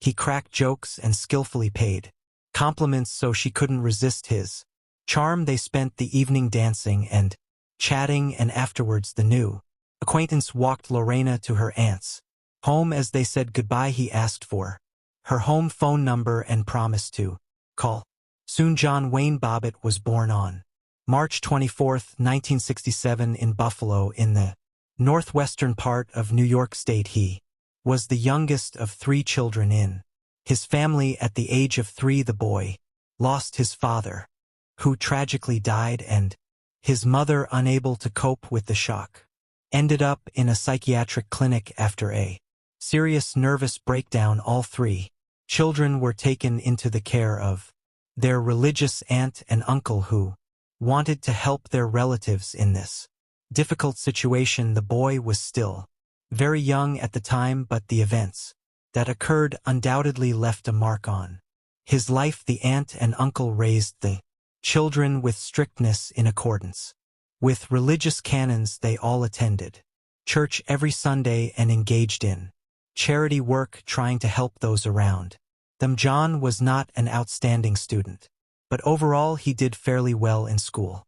As a teenager, he decided to pursue a future in military service. After undergoing the necessary training and special preparation at a military academy, the young man joined the ranks of the Marines, where he proved himself as a brave, disciplined, and determined young man. However, after a few years, the strict regime and the need to obey in the army began to weigh on him. After leaving the service with some military experience and skills, he was hired as a security guard at one of the city's popular establishments, but he later changed jobs, frequently not staying long at any. The day after they met, John, as promised, called Lorena to ask her out on a date. The young couple simply walked through the park, engaging in easy conversation about various topics, and John made it clear that he wanted to continue their relationship. Lena was not opposed to this, but according to the rules set by her aunt, she had to introduce her boyfriend to her before they could start a serious relationship. John accepted all the conditions, and on the appointed day he came to dinner at the home of his beloved's relative. Bobbitt was very sweet, courteous, and considerate, yet he made an effort to appear serious. He managed to make a good impression on the strict Jana, and after a serious one-on-one conversation with the young man, the woman allowed her niece to continue seeing Jan. 6 months after the start of their romantic relationship, the suitor proposed to Lorena, and she accepted. She was overjoyed, having always dreamed of a family, children, and a home of her own.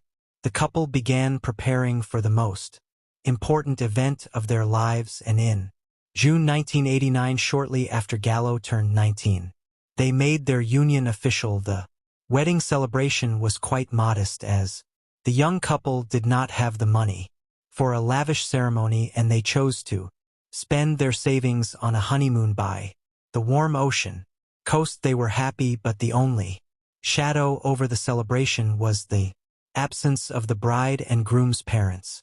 Instead, their aunts and uncles came to share the joyous moment with them. After the wedding and a delightful honeymoon, the couple moved to Virginia and settled in a quiet and cozy area of the city called Manassas. The first few months of their life together were like a real fairy tale. They enjoyed each other's company, showing mutual tenderness, care, and love. But as the new year of 1990 approached, the situation began to change for the worse. At first, Lorena tried not to pay much attention to some of her young husband's remarks and rudest, thinking it was just a so-called adjustment period. But one day, when she served sea soup for dinner, her husband simply threw the plate on the floor and then started yelling at his wife, insulting her and calling her a terrible homemaker. She tried to argue, pointing out that John W.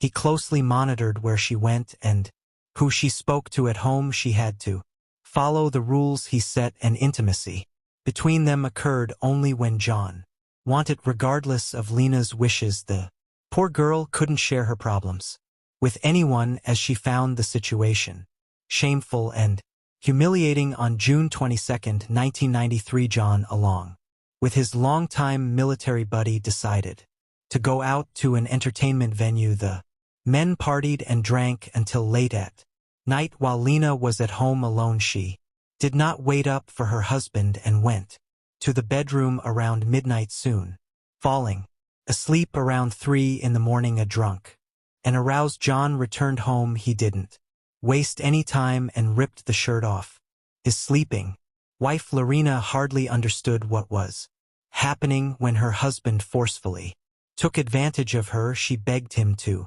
stop and not to do this, crying, but he was completely indifferent to her pleas and tears. After it was over, John simply collapsed next to her and fell asleep. Lorena, trembling and sobbing, made her way to the kitchen. She poured herself some water and took a few sips to calm down, but then her gaze fell on a stand with large, sharp kitchen knives. Her hand reached out on its own and pulled out a carving knife. Out of her mind, she went back to the bedroom where her husband lay on his back, snoring. Drunkenly, she grabbed his genitalia with her left hand, squeezed hard and sharply cut through with the knife, severing a large part of it. John jumped up, screaming in agony, while Lorena simply walked out of the room, went to the garage, and got into her car, speeding away through the deserted nighttime streets of the city. She only came to her senses at an intersection when she saw a red light at the traffic signal. At that moment, she looked at her blood-stained hands and realized that she was still holding the severed part of John's body in her left hand. She rolled down the window and threw the detested piece of flesh out, then continued driving. Lena headed to the home of a close friend who was stunned by her nighttime visit and the state she was in after. Lorena told her what had happened. Her friend, realizing the gravity of the situation called the police herself and summoned a medical team to the house, where the injured Bobbitt was. Precision surgery was required. Throughout this ordeal, John was desperately trying to stop the bleeding by pressing a sheet against his wound. Notably, the groin vein is a major vessel, and its injury nearly always results in death from blood loss. However, John was somewhat fortunate, if one could say that, because a clot had formed significantly, slowing the blood loss. The responding medics arrived in time to transport him to the nearest hospital, where he received immediate medical attention. The question then arose about the whereabouts of the severed part of his genitalia, as it was still possible to reattach it to its origin place with restoration of its initial physiological functions. Lorena indicated the approximate area of the road where she had discarded her husband's anatomical fragment, and after an extensive search, the police were able to find it. The amputated organ was cleansed with antiseptic, then placed in a special container with medical ice and urgently transported to the hospital, where the injured party was already being treated. The surgeon who arrived from the state capital was astounded by the complexity of the situation, as he had never encountered such a case before, but he proceeded with the operation anyway. He performed a unique surgery for that time, which lasted more than 9 hours and was more than successful despite the traumatic amputation of the organ and the fact that it had lain on the road for over an hour. All tissues and vessels were successfully reattached, and the patient quickly began to recover. Public outcry ensued that same night. Lorena was arrested and taken to the police station for questioning, as well as to clarify all the circumstances and motives of her actions. She immediately confessed to everything and shared her harrowing story that had driven her to such a desperate act. She recounted how 4 years of marriage had turned into a real nightmare for her, with her husband regularly abusing her both emotionally and physically, and forcing intimacy only when he desired. Mrs. Bobbitt also mentioned how about a year ago her husband had forced her to terminate a pregnancy despite her deep desire to have a child, and that abortion had been a traumatizing event for her. Regarding the incident itself, she said she remembered very little of that night and had acted as if she were in a fog. Lorena recounted how her husband had come home drunk and simply taken advantage of her, and although she tried to resist, he ignored her. After the incident, she went to the kitchen for water, and the next thing she remembered was her husband's scream, the roar of the car engine, and the part of his genitalia that she was clutching in her hand as she sat behind the wheel. The case caused a significant stir in the press and was actively covered by the media. Many women like Lorena, who had suffered from domestic violence, as well as feminist organizations which were gaining strength and popularity at the time, rallied to her side. In the early 90s, wives who were subjected to emotional and physical abuse by their husbands typically remained silent about their plight. Society was still inclined to blame the victims themselves, suggesting that they provoked conflicts or behaved improperly. It was assumed that a wife should be submissive and obey her husband in everything, and if the husband was dissatisfied and resorted to violence, it was considered the wife's fault. It was her fault. Intimacy in marriage was considered a duty of the wife, not open to discussion. On the other hand, almost all men sided with JN. Many feared that Lauren's act might prove contagious, prompting other women suffering from physical and intimate violence in marriage to also take up knives. According to official statistics, there were several million such women in the country at that time. Trials and sentences of the spouses to parallel court cases began almost simultaneously. Lorena officially charged her husband only with taking advantage of her on that fateful night, although in court she detailed the years of regular abuse and beatings, emotional violence, and humiliations she endured, as well as the abortion she was forced to undergo against her will under her husband's coercion. John's testimony was confused. He denied all allegations against him, but much of what Lena said was corroborated by facts. For instance, it was confirmed that he did not have steady employment or a stable source of income, yet he loved spending time in entertainment venues, often forcibly or deceitfully, taking money from his wife to do so. Additionally, Lorena's friends confirmed that they had repeatedly seen bruises and scrapes on her body, and she had been in a depressed state for a long time, though she tried not to complain. The court concluded that the husband had indeed abused his wife both emotionally and physically throughout their marriage, driving her to desperation. However, regarding the charge of intimate violence that occurred on the night of June 23, 1993, there was not enough evidence, and thus John was acquitted. He presented several versions of what happened that evening, and the jury, composed of 9 women and 3 men, found him not guilty. In the fall of that year, Lorena's trial began in September 1993. She was charged with inflicting severe bodily harm on her spouse. Her lawyers argued that she acted while suffering from PTSD, post-traumatic stress disorder, caused by the ongoing emotional and physical abuse from her husband. A psychiatric evaluation was ordered which confirmed that she acted in a state of distress, unaware of her actions, and therefore could not be held responsible for what she had done. In early January of the following year, after nearly 8 hours of deliberation, the jury decided that Lorena could not be held criminally responsible for her actions, as she was in a state of insanity at the time of the offense. However, she was required to undergo a 6-week treatment program at a specialized clinic, after which she was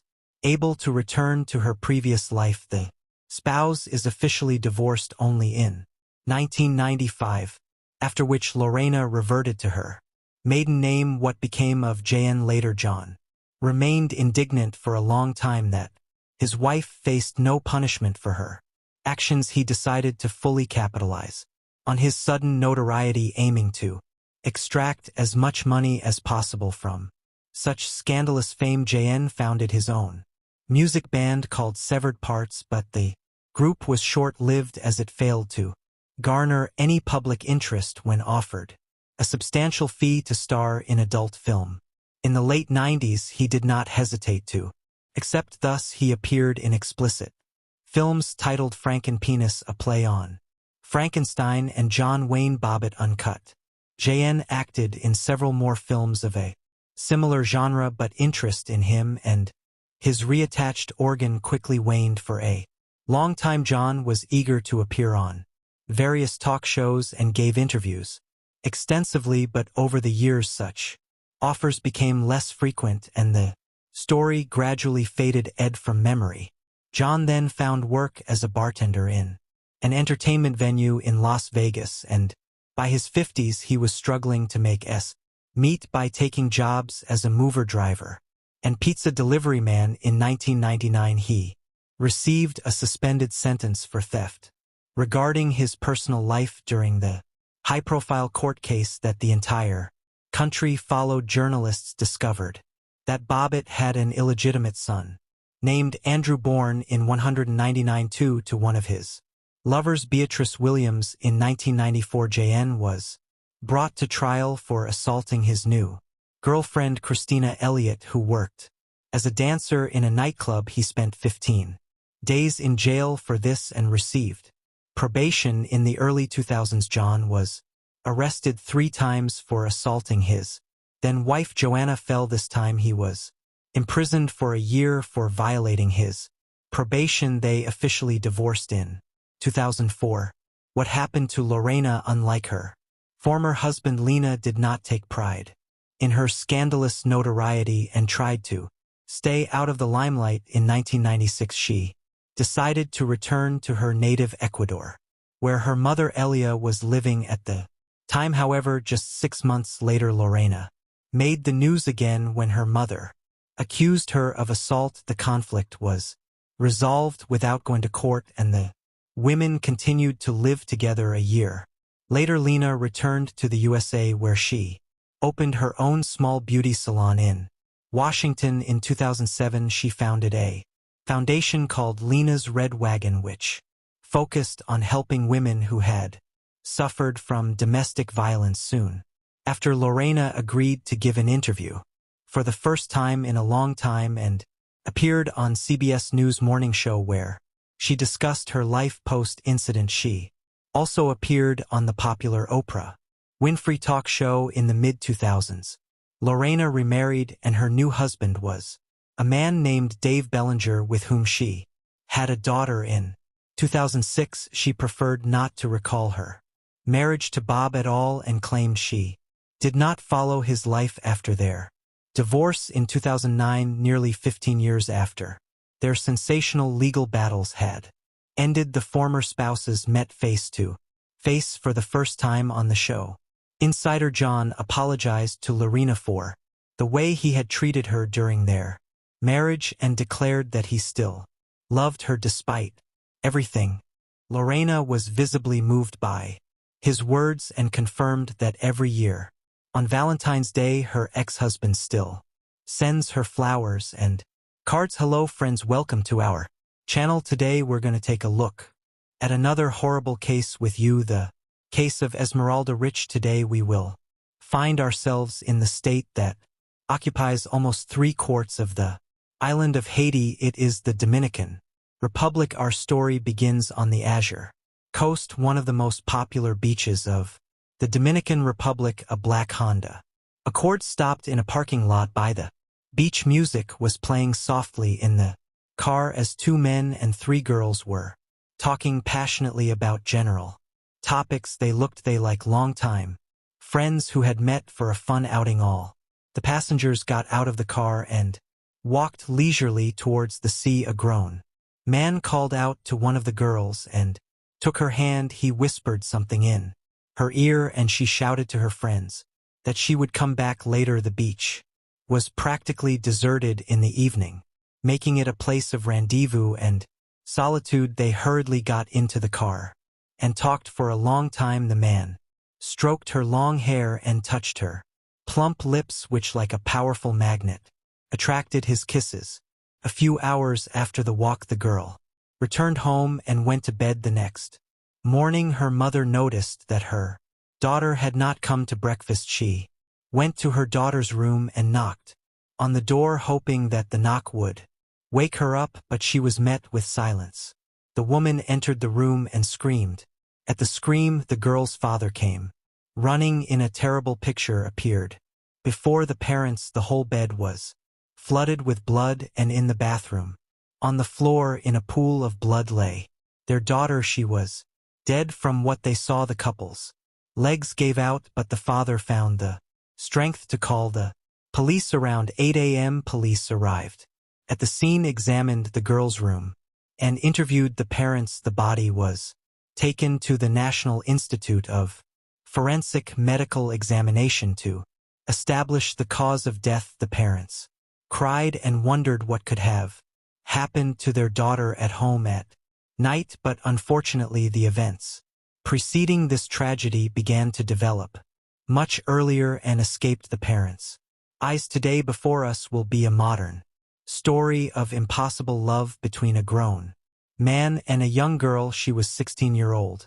Esmeralda Riches Martinez, born August 23, 2006, in the province of La Gracia, in the family of restaurant owners Elio, Rosie, and Isabel Martinez Riches. She grew up in a complete happy family and had an older sister with whom she was very friendly. Esmeralda grew up to be a very pretty and bright girl. She loved to sing, dance, and displayed her special artistry, which she was proud to show in videos for social media. In 2023, Esmeralda was in her senior year of high school and was planning to go to university. She was always surrounded by Friends because the girl's cheerfulness attracted not only her peers to her 35-year-old John Kelly Martinez was among Esmeralda's close friends. John Kelly entered the public education system after passing a competitive teacher's exam and was undergoing induction for new teachers. He was still on probation, which lasted for 1 year. The pupils took a great liking to the new teacher as he treated them like friends and had regular outings outside of school. Despite the fact that John was married to another teacher and had 2 daughters, he devoted most of his free time to his students. For a long time, the teacher painstakingly built a trusting relationship with them, disposing them to him. They were mostly bright and beautiful students, such as Esmeralda. The evening walk on February 12, 2023 was a perfectly normal meeting of teacher and female students outside of school. Esmeralda was the last person John Kelly picked up that evening. He followed her into the house, introduced himself as a teacher, and promised to bring her back home. The group of 2 grown men and 3 young female students then headed to the beach in Teacher Kelly's car. After stopping, everyone got out of the car except John Kelly and Esmeralda. Jean and Esmeralda were alone for a while, but afterward joined the company. They drank a few beers and took a short walk along the shoreline. Suddenly Esmeralda felt sick.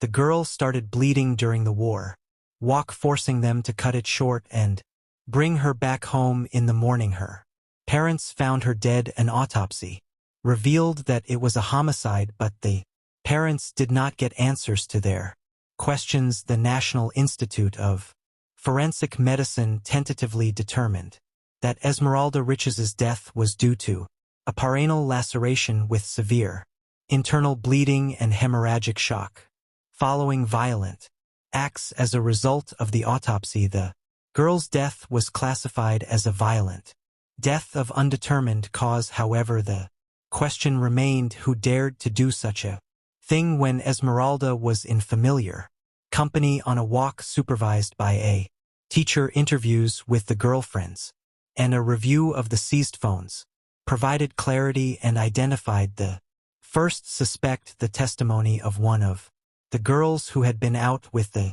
teacher and Esmeralda that evening was stunning. She said she saw the professor slip 5 pills into Esmeralda's drink while they were on the beach. The initial findings of the police sparked a lot of talk in the Dominican Republic, where abortion is banned. There was a lot of speculation in the community about the cause of Esmeralda's death. Some said she died of a heart attack, while others were sure she died from blood loss caused by the abortion pills John Kelly had allegedly given her. Everyone hoped that the medical examiner report would put an end to the rumors and speculation.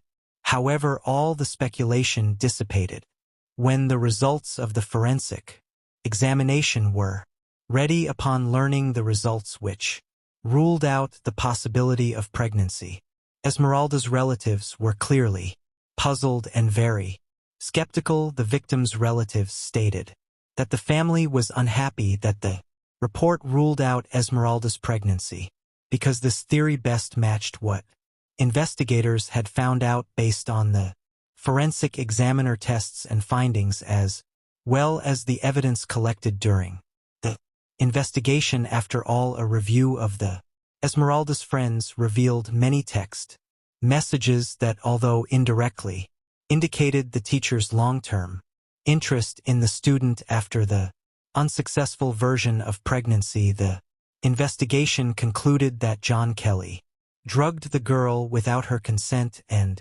roughly abused her on the beach, which led to profuse blood loss and a few hours later to the death of Esmeralda. The results of repeated toxicology tests were pending. Given the progress of the investigation, the prosecutor's office requested a coercive measure against John Kelly Martinez and his alleged accomplice Ruben Mario Martinez, as they are the main suspects in the young woman's death. Jean Kelly Martinez was suspended as a teacher for 90 days without pay because of the evidence collected against him. The prosecutor's office requested a year of preventive detention against John Kelly.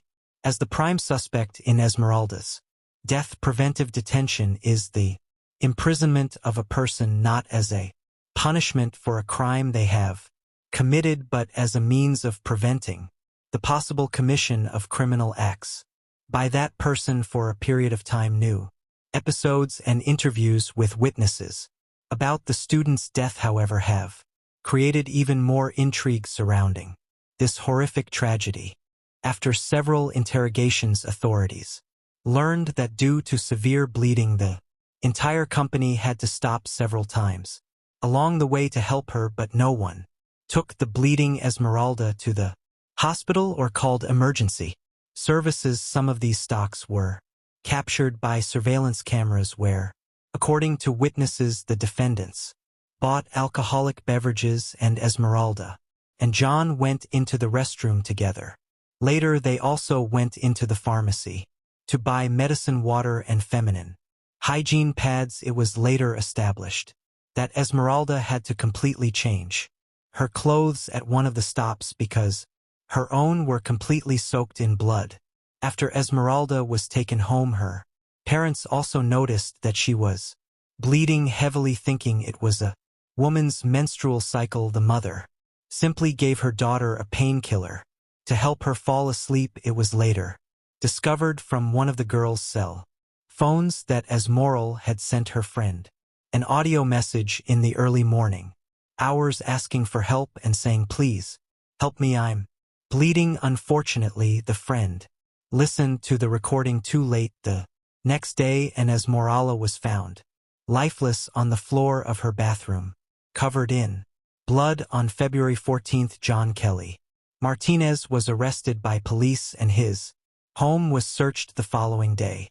During the search, the clothes he was wearing on the night out with his feet female students were seized. His cousin, Ruben Morio, who was the second man present that night, was also accused of trying to hide John's bloody pants. There were many ambiguities in the investigation into the event, and the prosecutor's office should have clarified the situation rather than making new speculations about an incident that alarmed the public. The public demanded a thorough investigation to determine the real cause of the young girl's death. Many felt that obvious facts on the surface had not been taken into account by the investigators. The investigation involved not only a search of the house where the teacher and his family lived, but also the car in which the crime against Esmeralda may have taken place, triggering the bleeding. The authorities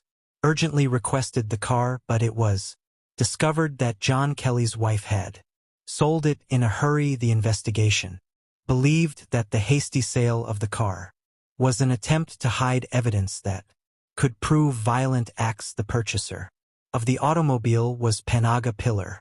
After it was learned that a coercive measure would be sought for alleged complicity in the case against J.C.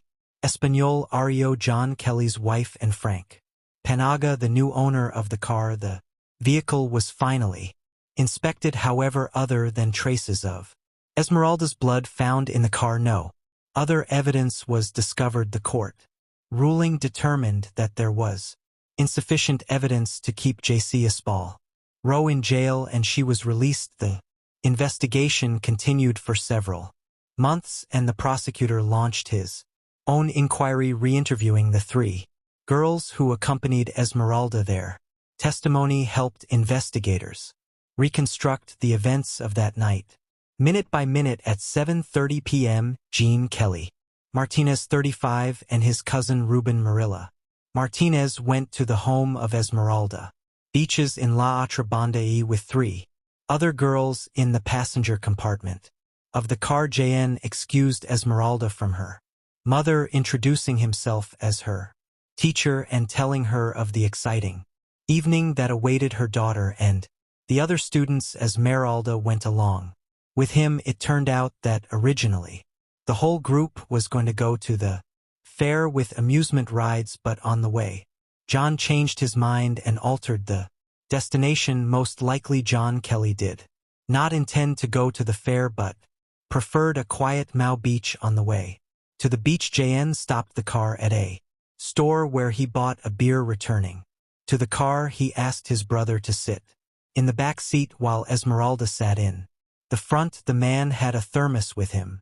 into which he poured the beer and added 5 unknown pills to the drink. He offered it to Esmeralda without informing her of the contents of the thermos, but one of Jen's noticed. Arriving at the beach, the 3 girls got out of the car, leaving Esmeralda and John Kelly alone. They were alone in the car for about 30 minutes, and their prolonged absence was noticed by Esmeralda's friends. After a moment, without explanation, Jean appeared and told everyone to get in the car. As they were leaving urgently, they had to make several stops along the way because Esmeralda started bleeding heavily. One of the stops was at 9:445 when they stopped at a gas station parking lot. According to eyewitnesses and CCTV footage, Esmeralda used the cafeteria restroom. Esmeralda's classmate said she asked to stop at the gas station because she needed to visit the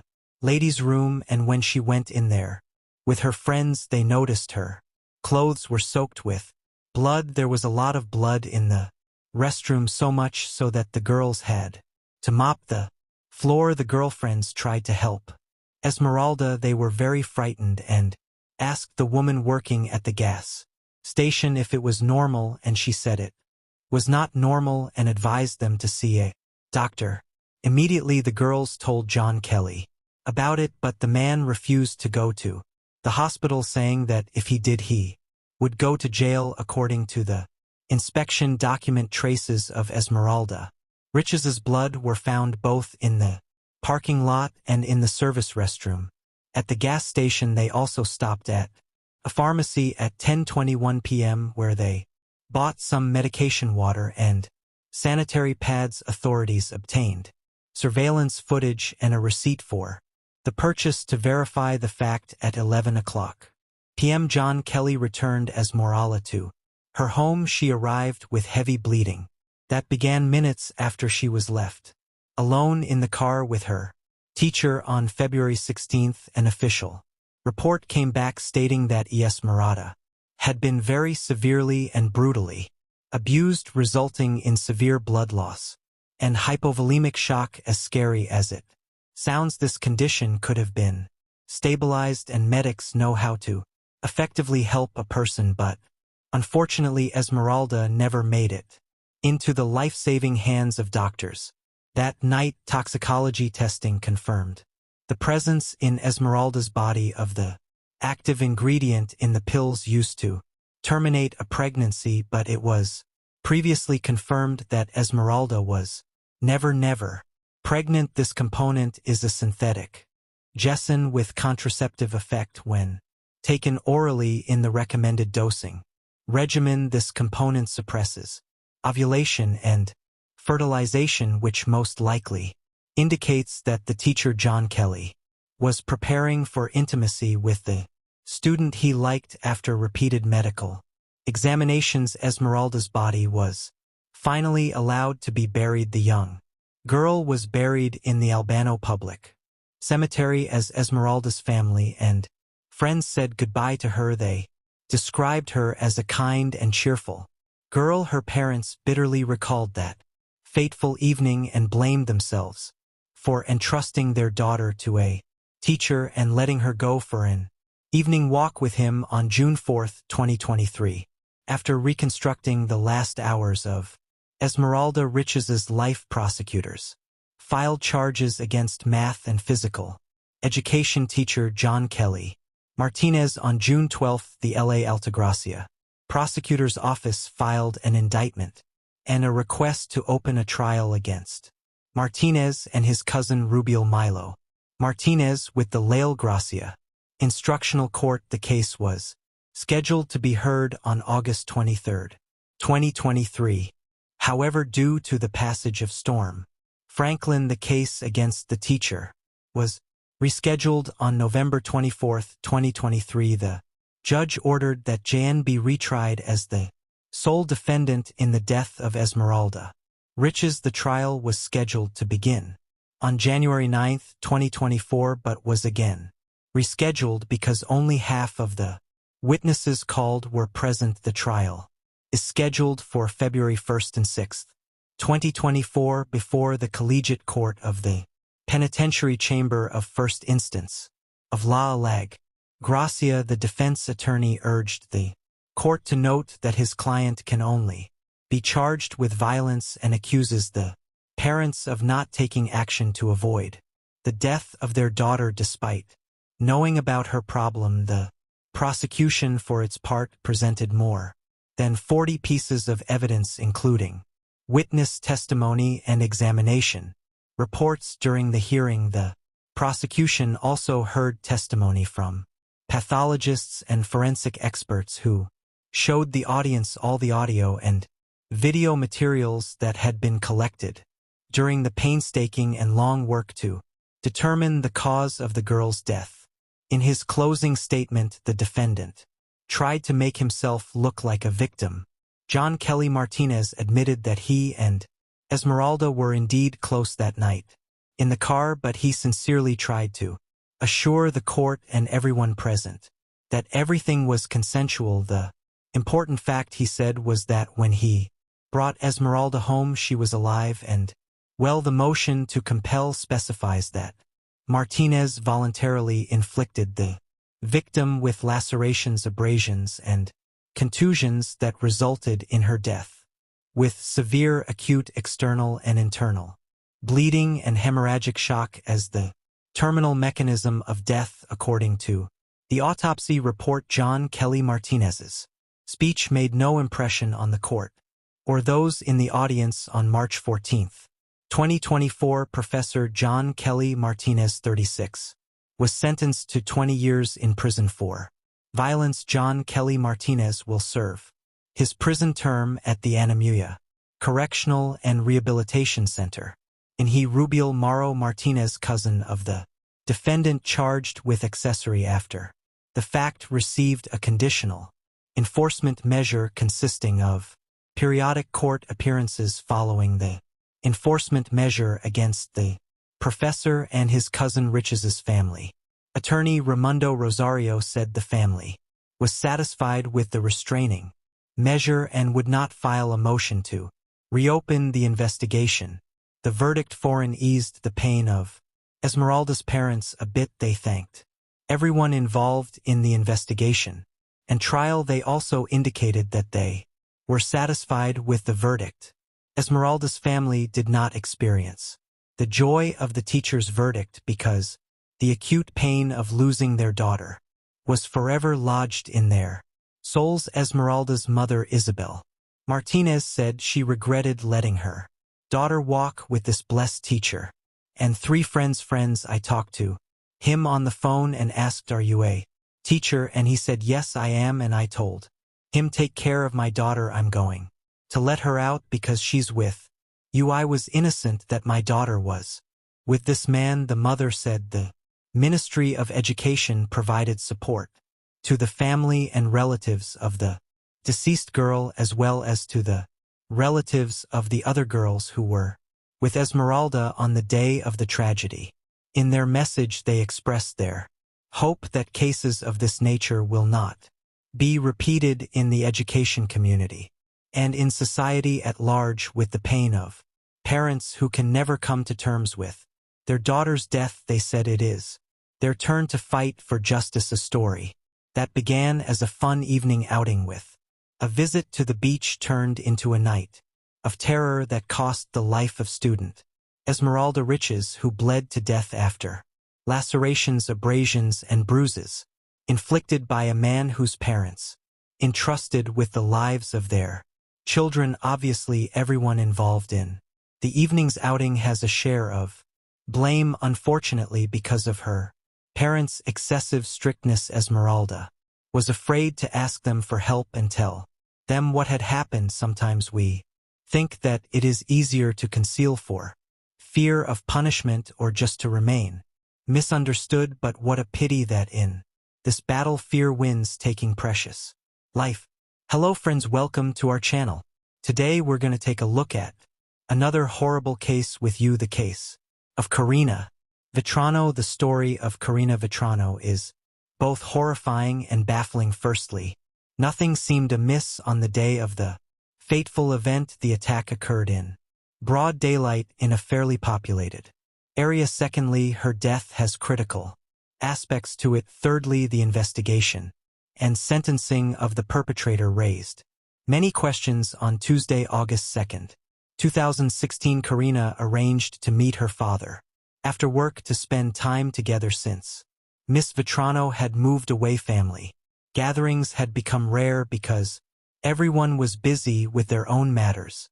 In addition to her commitments, she was balancing two jobs. Philip picked up his daughter and took her home. There the family shared their impressions of the past week. When Karina was about to leave, she asked if her father wanted to go jogging with her, as they often did, covering several miles together. Her father replied that he couldn't this time due to severe back pain that nothing seemed to alleviate. Perhaps he needed a new prescription, or maybe it was just the change in weather. Mr. Vetrano offered to call a cab for Karina due to his discomfort and inability to join her run. However, the weather was beautiful, the heat had deeded, and there was a fresh scent in the air. Hence, Karina declined his offer. She was training for the upcoming marathon. The young woman had recently broken up with her boyfriend and wanted to distract herself. A jog would clearly do her good. That evening was the last time her parents saw their youngest daughter. At 5:45 p.m., she left the house for a jog. Her first stop was Spring Creek Park, a cozy and tranquil place buried in greenery, a true paradise amongst the city's infrastructure. However, only part of the park was available for walking. The rest was covered with thickets and swamps. Mr. Vetrano asked his daughter to stick to her usual route and stay away from unfamiliar paths and people. Unfortunately, Karina ignored his advice. In search of solitude, she decided to go to a grassy, deserted place. Karina's thoughts were abruptly interrupted. She felt a sharp pain in the back of her head and fell down. This rash decision cost the young woman her life. A frightening uncertainty entered the Vetrano home. It had been 2 hours since they had said goodbye to their youngest daughter. She should have been home by now, or at least answering the calls of her parents, who were frantically trying to reach her, and she had promised to keep her cell phone with herself. The anxiety was growing. Her father sensed that something was wrong and decided to seek help from his neighbor, the chief of the New York City Police Department. They were on good terms, and the high-ranking official knew that Philip would not make a fuss over nothing. After that, Karina Vetrano was reported missing. Police began searching for the young woman, combing the park area and surrounding streets. As a result, experienced K9 units were brought in, since it is known the first 24 hours after the disappearance of a person are crucial. Law enforcement utilized all available resources before nightfall. At the same time, Mr. Vetrano, along with a group of volunteers, searched for his daughter on his own. He scoured the park from end to end, combing paths and wading through tall grass, all while making phone calls. As dusk fell, he noticed a light in the grass. He recognized Karina's phone. Maybe she lost it and just didn't let them know. Philip approached, headed toward police officers, deciding to continue picking his way through the thicket. Stepping into the grass as he ventured further, Philip stumbled upon something soft, a partially undressed female body lying face down. When he turned it over, a familiar face stared back at him. A desperate scream escaped from his father's chest. It was Karina.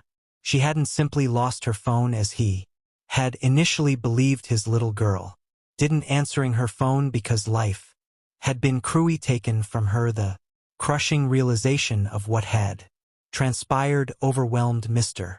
Vetrano. The police, hearing the screaming and yelling, quickly rushed to him. They dragged Philip away from his daughters. Body explaining that it was now a crime. Scene they emphasized that anything in the vicinity could be considered evidence and implored him not to touch anything to prevent tampering on the journey home. Mr. Vetrano was lost in thought, tormented by how to break the news of their daughter's death to his wife. Images of past memories flooded his mind. He recalled vividly how on July 12, 1986, in Queens their second daughter was born from an early age. Philip had been proud of Karina. She was obedient and well-mannered. He remembered taking her to school for the first time, and how excellently she performed. Academically, her strong educational foundation enabled her to earn advanced degrees. Karina graduated from St. John's University with a master's in speech pathology. She always dreamed of aiding children and worked tirelessly with autistic kids. Karina loved traveling and writing and had a passion for sports, especially running, an interest she shared with Philip, which brought them closer together. He recalled how closely he scrutinized her suitors out of paternal jealousy, eager for her to find true love and eventually establish a strong family like his own. With Kathy, he hoped for wonderful grandchildren. The return journey felt endless as they approached the house. Mr. Vetrano paused at the entrance and took a deep breath. Fortunately, he didn't need to explain anything to her. She understood everything from her husband's face. Kathy cried, approached her husband, and hugged him. Soon Karina's relatives and friends learned of the incident. They struggled to recover from the shock. Believing in the sudden death of the young woman was hard, let alone its violent nature. Miss Vetrano had been subjected to a brutal attack. This was the conclusion reached by investigators. At first glance, it was obvious that the woman had resisted. Even in death, her fists remained clenched. Bruises and abrasions were found on her once young and healthy body, and her athletic clothing was torn. The autopsy showed that the back of the victim's skull had been damaged by a blunt object, probably a stone. However, the cause of death was asphyxiation. A clear mark was visible on the woman's neck. The forensic examination also revealed the intimate nature of the crime. Violence. The experts' findings confirmed the police's initial suspicions. Earth and grass were found under the victim's fingernails, probably in an attempt to free herself from her attacker's grip, and escape specialists examined her mouth and found teeth knocked out and cracked in places she had clearly bitten to defend herself. Even the woman's neck was covered with numerous scratches. She was grabbing with her hands, trying to force her attacker to let go of her. Shortly after this tragedy, new information leaked to the media from Princeton, Massachusetts. Another jogger's body was found among tall grass. The woman had apparently also been out for a walk in a secluded place and suffered a similar fate. At first glance, these cases seemed identical, raising questions about another potential serial offender. In the United States, geneticists took charge of the case, tasked with comparing DNA samples collected from the crime scenes. Fortunately, unidentified samples were found on both victims. Contrary to police expectations, the analysis showed no connection between the crimes. It turned out that the DNA samples belong to different individuals. It's well known that most lethal crimes are committed by someone close to the victim, thus police couldn't ignore any possibility to this end. The victim's father provided his DNA, since he was first to discover his daughter's body. Later on, all of her relatives also underwent a DNA test, which yielded no matches. Detectives then decided to interview Karina's family and friends to find out if she had any enemies or ill wishes. It turned out there were none. She was respected and loved by everyone. Investigators developed a new theory: someone acted on base motives upon meeting Karina in a secluded place and attacked her. Feeling stuck, they sought public help by offering a $10,000 reward for information leading to the perpetrator. The initiative received widespread response. Detectives explored some 250 leads, conducted 600 genetic tests, and compiled more than 1,700 reports, all to no avail. It seemed like the perpetrator hadn't committed crimes before, or at least hadn't been caught for them, complicating things further. On August 31st, 2016, a utility worker approached the police station with significant information. At the time of Miss Vetrano's death, he found himself in a restricted area of the park one day. Suddenly, a man emerged from the bushes and took off running in a northerly direction. Because of his testimony, the New York Police Department created and distributed a sketch of the suspect in December 2016. However, they considered that the person shown in the sketch might have just been a passerby caught at the wrong place and time. Unfortunately, releasing this sketch didn't provide any new leads, and the investigation fell into another long stalemate. On December 4, 2016, the Federal Bureau of Investigation joined in to help solve Karina Vetrano's case. At first, they developed a psychological profile of the perpetrator. According to FBI experts, this individual was very familiar with the area, especially the park where everything occurred, suggesting he might live or continue to live nearby. Fearing capture now, he seems to avoid that area. It was evident he knew that the quiet and partially overgrown territory was perfect for hiding his actions. Based on this idea, police conducted screenings among local African-American men. However, this didn't bring about any breakthroughs.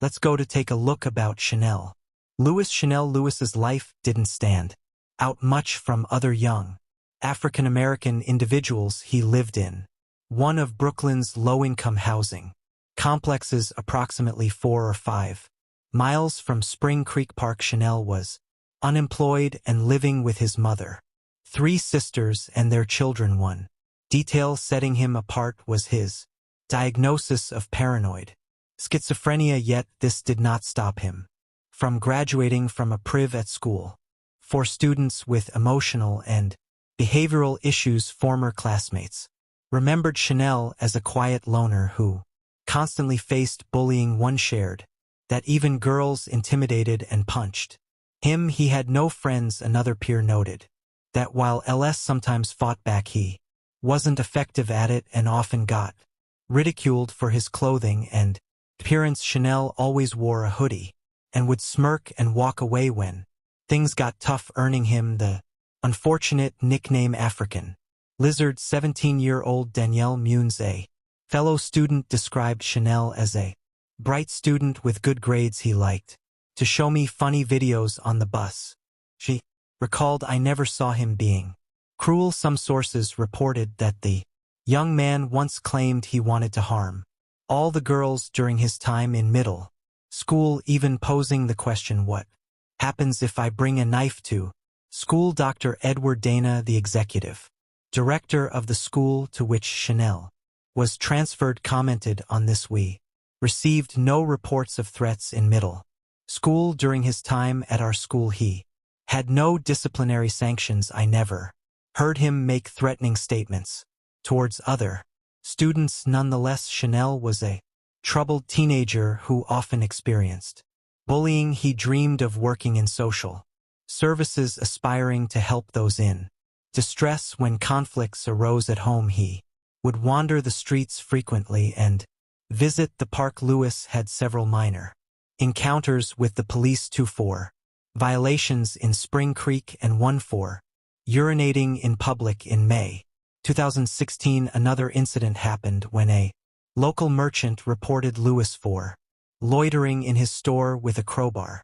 Responding officers checked Chanel's ID and released him as he had no prior incidents. However, this information was retained by the police and later played a crucial role in the investigation into Karina Vetrano's death in February 2017.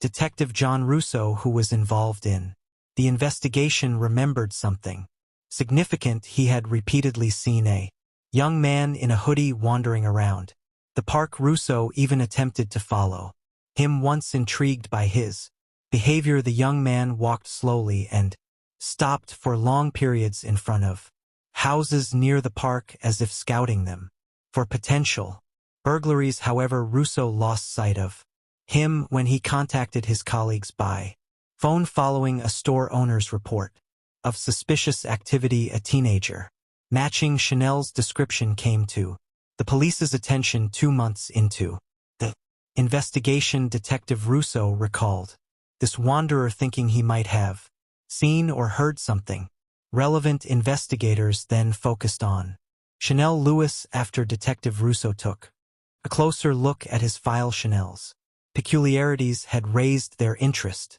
The police began inquiries about him, questioning acquaintances and teachers. It emerged that he had allegedly expressed a desire to harm girls. This news stirred significant concern and suspicion. With no other leads, officers decided to focus on Lewis. It was discovered that during Karina's death, Chanel was not at home after an argument with his family. He had gone to the park. Upon his return, his appearance was disheveled, his clothes torn, and he had visible bruises and abrasion. When his mother inquired about what had happened, Lewis claimed he had been attacked. His account matched the timeline with a witness's description of a man fleeing the park. Additionally, on August 3, 2016, Lewis's father, a former school principal, took him to the hospital for treatment of severe wounds, mostly cuts, and he also had an injured hand. The investigators reviewed the medical records from that day and found the story plausible. However, they noted similarities between events involving Chanel Lewis and Karina Vetrano. On February 4, 2017, Chanel was brought to the police station and voluntarily provided his DNA for analysis. Detectives wondered if a perpetrator would willingly do this. The interrogation began on the morning of February 5. Lewis admitted that he was indeed in the park around 5 p.m. on August 2, 2016, but clarified he was walking on dirt paths listening to music, not through thickets. He confessed to encountering a young woman jogging with her phone in her hand. When asked by detectives if something happened when he encountered her, Chanel nodded and quietly said, "Yes, I was walking in the park trying to distract myself from a family argument when I met a woman alone." He began again, "I decided to follow her.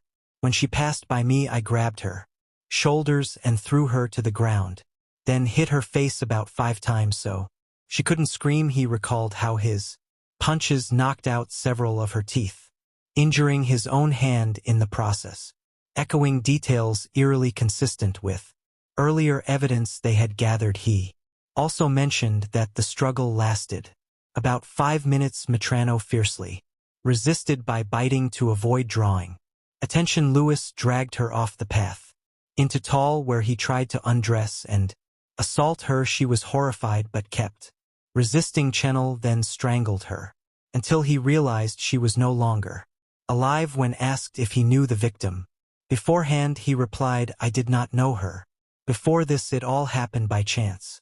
The motive for the ACT was unexpected and bizarre. Loud music played by a neighborhood gang member for hours had triggered Chanel's hatred and uncontrollable aggression. These negative emotions were unleashed on the unfortunate woman. A strange reason.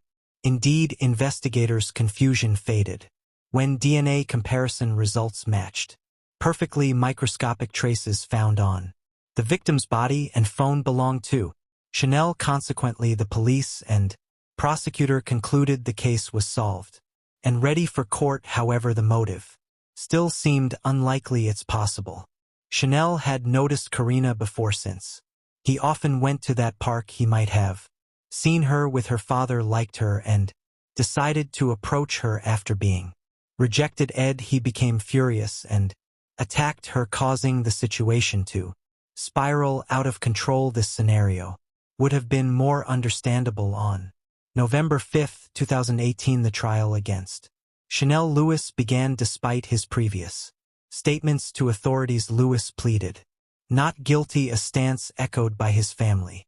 Denying his involvement in the crime, the prosecution charged Lewis with ending a life and sexual assault, facing him with a sentence ranging from 25 years to life imprisonment. The debate over Lewis's guilt not only unfolded in the courtroom, but also spilled over into the media.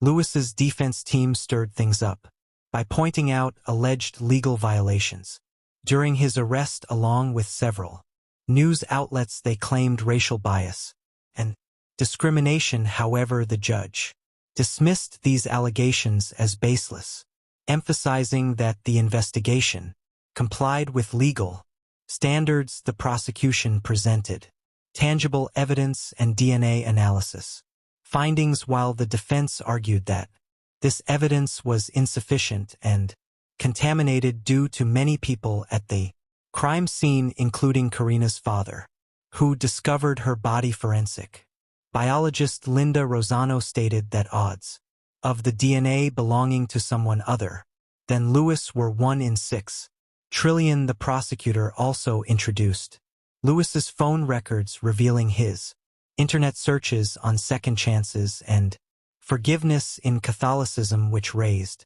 questions about what sin Chanel hoped to atone for. The release of Lewis's confession video sparked further controversy. His lawyers argued he was under immense pressure, leading to a coerced confession. They suspected police might have fabricated evidence. The recording commenced only after Lewis was pressured, raising concerns that the search of his home violated protocols.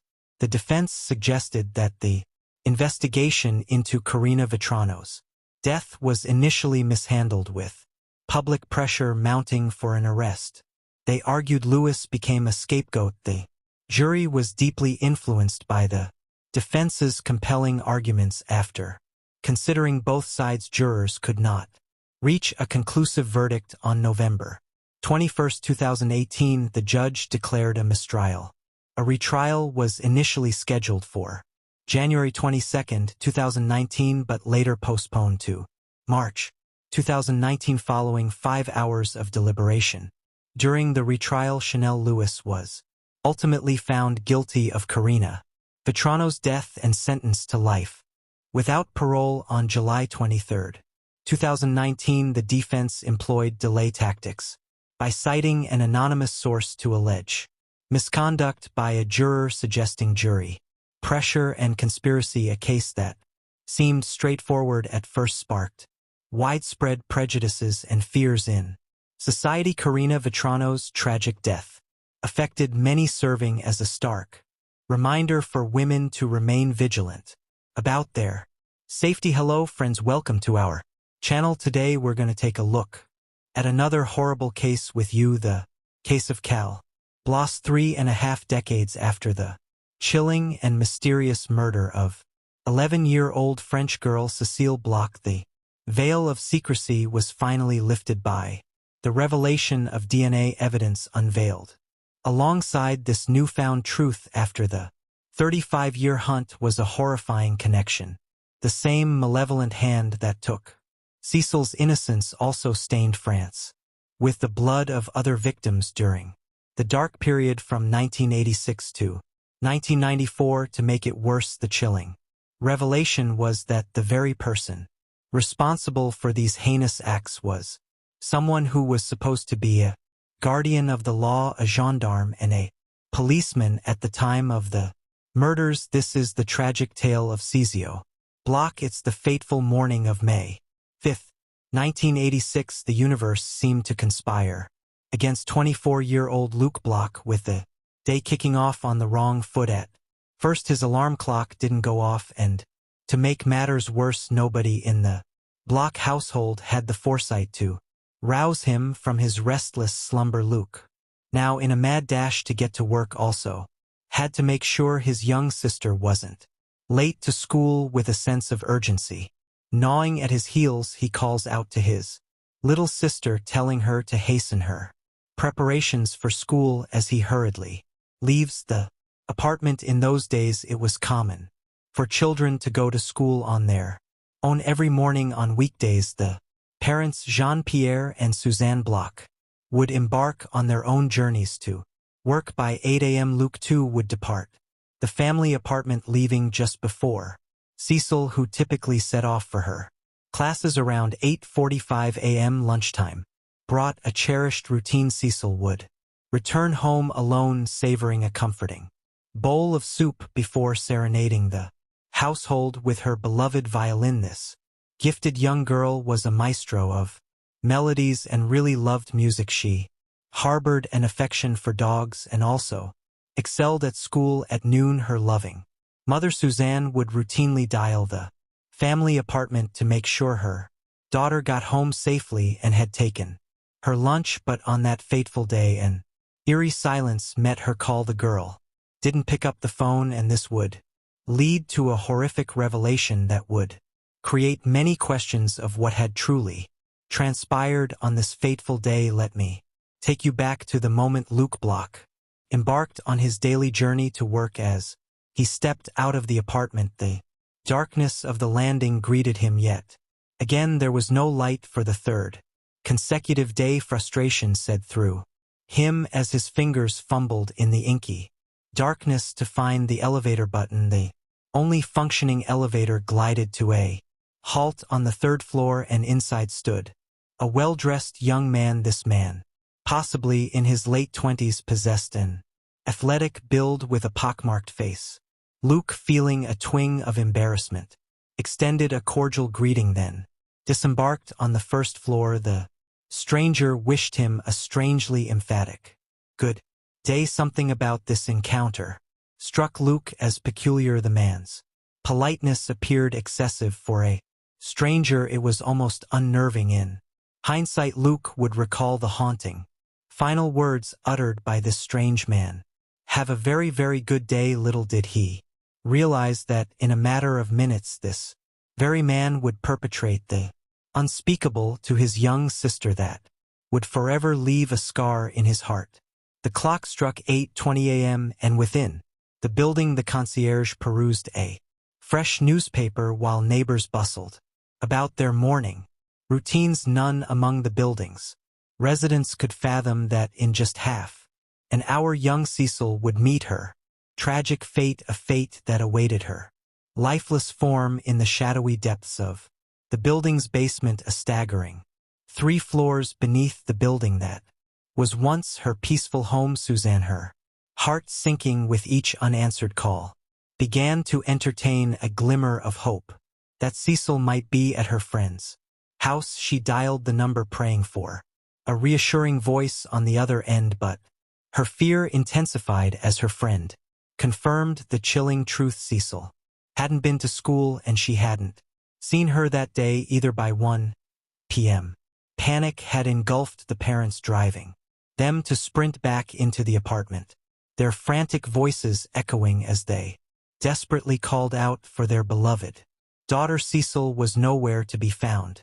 Suzanne's gaze fell upon her daughter's absent school bag, a sign that she had indeed departed, but to where? Meanwhile, Jean-Pierre initiated a series of agonizing calls to local hospitals. Their anxious pleas met with the same heartbreaking reply: no girl matching Cecil's description had been admitted. In the building's lobby, the parents beseeched the concierge to aid in the search for their missing child. With urgency fueling their every step, they raced to the police station, scouring the nearby streets and playgrounds as they went. Cecil was known for her unwavering attendance at school, and there were no significant issues at home to explain her absence. The question loomed large: why had she left, and where had she gone? The concierge, now joined by 2 concerned neighbors, embarked on a painstaking search of the building floor by floor,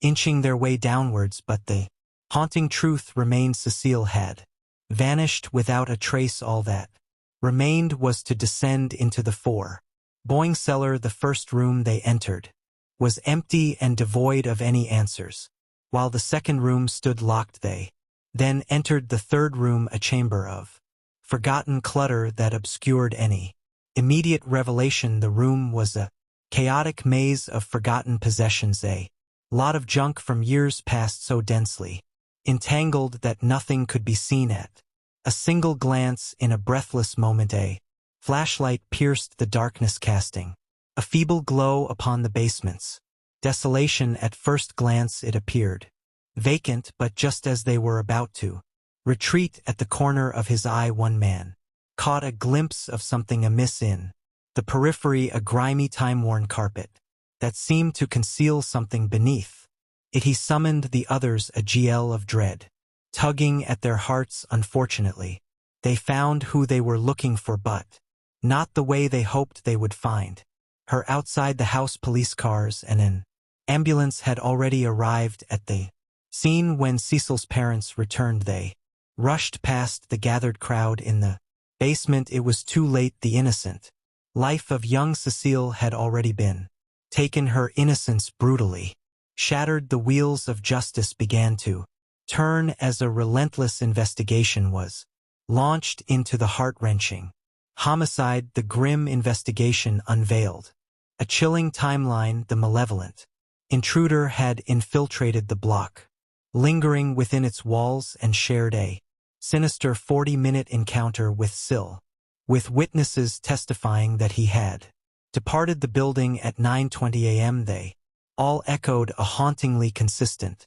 description of the suspect, a dark-haired young man aged between 25 and 30, his face marred by the cruel reminders of severe acne scars. The very same man who had exchanged strange pleasantries with Luke that morning. Drawing from the accounts of 6 witnesses and Luke's recollection, the police conjured a rough sketch of the malefactor, which found its way onto the pages of newspapers across France. While investigators managed to secure the assault's biological material and ascertain his blood type, the Nantes era of DNA forensics limited their progress. The evidence, a tantalizing puzzle piece, remained locked in a cold, waiting silence as the promise of breakthroughs in forensic science beckoned from the shadows. Yet the revelations remained scant, leaving a trail of unanswered questions and a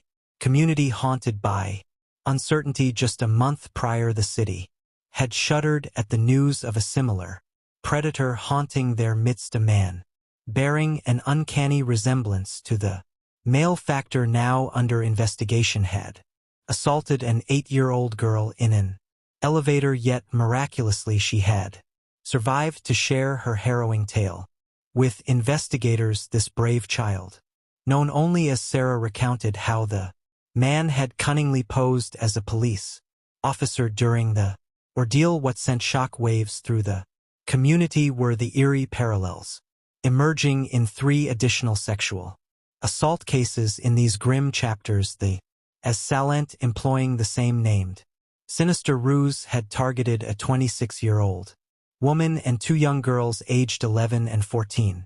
Each victim had fallen prey to his apparent police identification card and the menacing glint of handcuffs, tools of restraint that he employed with chilling precision. The authorities were gripped by a sense of urgency as they grappled with the unsettling question: was this a deceitful ploy to gain the trust of unsuspecting victims, or was he actually a police officer there?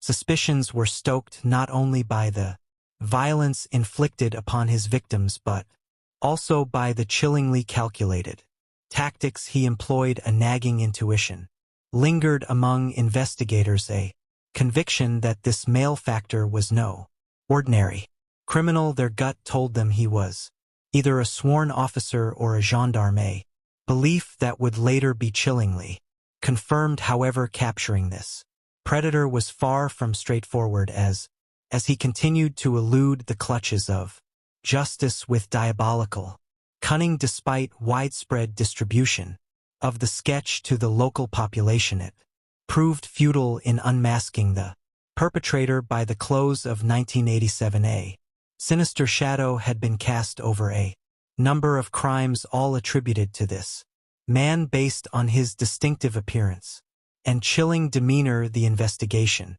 remained in an agonizing deadlock for years, swinging back and forth between clothes and reopened status. In a cruel twist of fate, the latest DNA tests, conducted in a bid for justice, yielded inconclusive results, shrouding the identity of the perpetrator in a veil of impenetrable darkness. Tragically, the parents of the young victim never lived to witness the moment of reckoning. Suzanne met her untimely end in a devastating traffic accident in 1989, while Jean-Pierre departed the world in 2011. Their hearts bore the heavy burden of never knowing the face of the monster who had stolen their beloved Cecile away, forever leaving a haunting legacy of unresolved pain and injustice. The embers of the unresolved mystery began to rekindle, lighting the way for the determined cold case detectives. They uncovered a piece of evidence that sparked a glimmer of hope. The killer, known to drive a white car, had once been a member of the prestigious Gendarmerie. His chilling history culminated in a final crime committed near a Gendarmerie training center. The techniques he used displayed the unmistakable signs of police and military training. In 2021, the police made a bold move. They called in around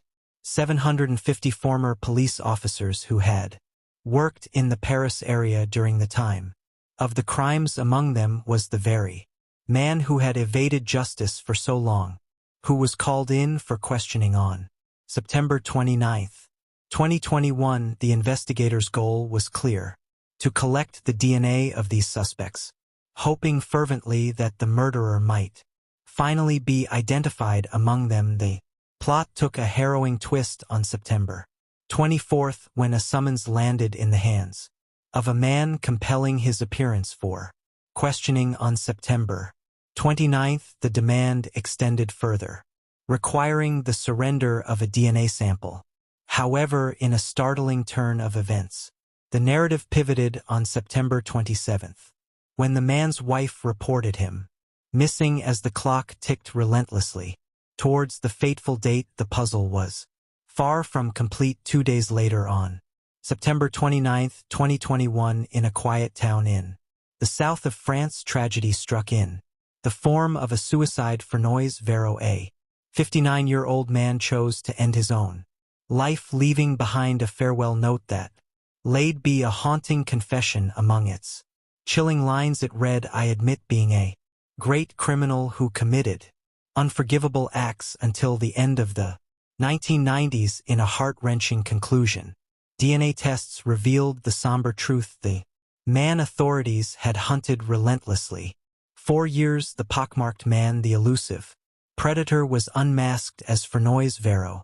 However, much about his background remained shrouded in mystery. Born on January 22, 1962 in France, he had grown up under the stern gaze of a strict father, a stepmother, and 2 stepsisters. His biological mother had succumbed to the ruthless grip of the flu. In his youth, he had harbored an unsettling fascination with horror movies, perhaps offering a glimpse into the darkness that would later consume him. In 1983, Furnois embarked on a new chapter as he moved to Paris and joined the National Gendarmerie. By June 1985, he had married and took it upon himself to construct a family home from the ground up, a testament to his ambitions. In the eyes of a former friend, he wore the dual masks of kindness and decency, but his temper lurked just beneath the surface, a volatile element that could erupt without warning. Behind this facade, however, lay a chilling truth: he was completely the opposite of the positive traits he may have portrayed to others. 4 innocent young girls had suffered beneath his sinister hand, miraculously escaping his clutches, all except for young Cecile. Furnois' malevolence didn't stop there. In 1987, he cold-bloodedly murdered 2 adults, 38-year-old Gilles Pti and his devoted housekeeper M. Gard Mueller. Armed with crucial DNA evidence, investigators embarked on a gripping journey determined to unravel the secrets of a malefactor whose dark deeds seemed endless. They fervently believed his sinister trail of crimes extended far beyond those already uncovered, driving them to delve deeper into unsolved cases, searching for hidden connections that could reveal the full extent of his reign of terror. Unfortunately, earthly justice may never hold him accountable for his atrocities, and retribution seems out of reach. The specter of his deeds looms large, leaving the question of inevitable justice to the realm beyond. As this harrowing tale unfolds, we are left with unanswered questions, wounds that may never fully heal, and the haunting presence of a man who committed unspeakable acts. For Noyes Vero may have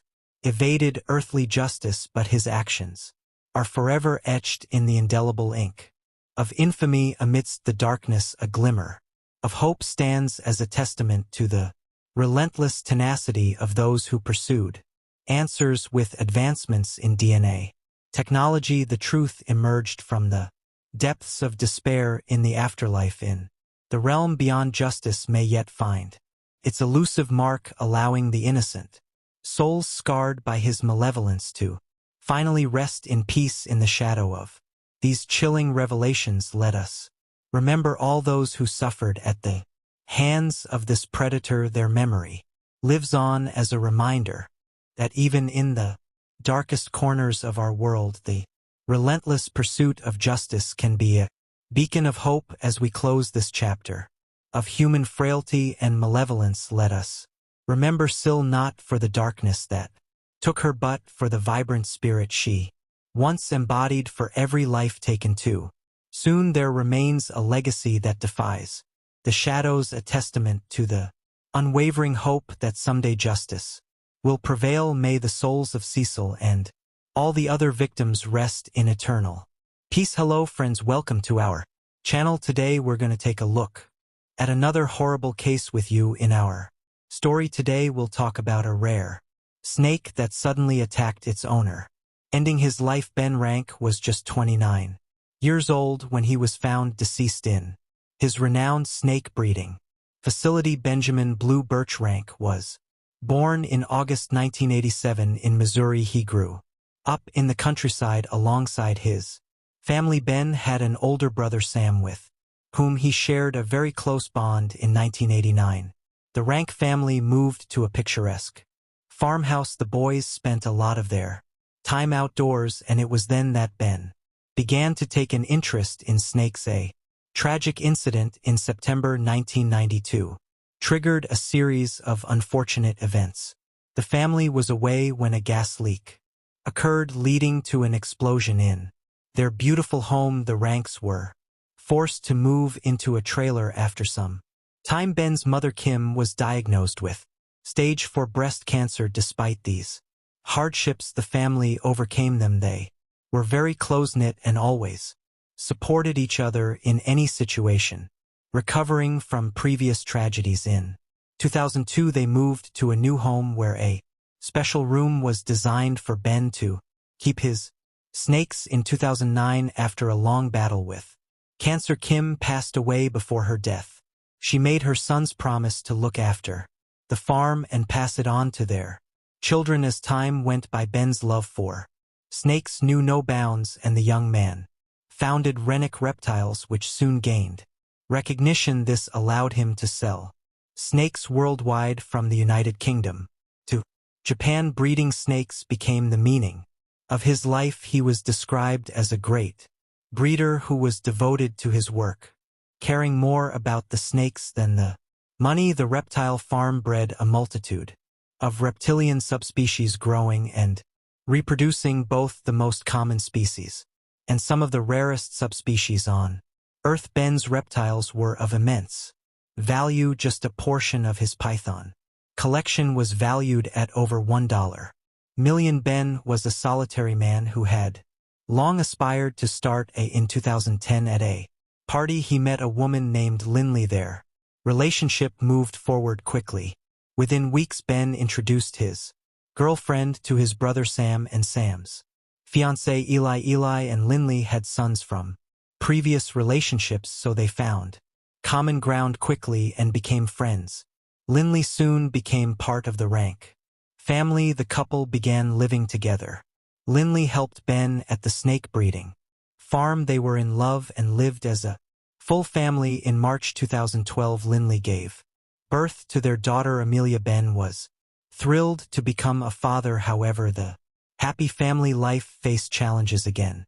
Frank Rank, Ben's father, encountered significant business troubles previously.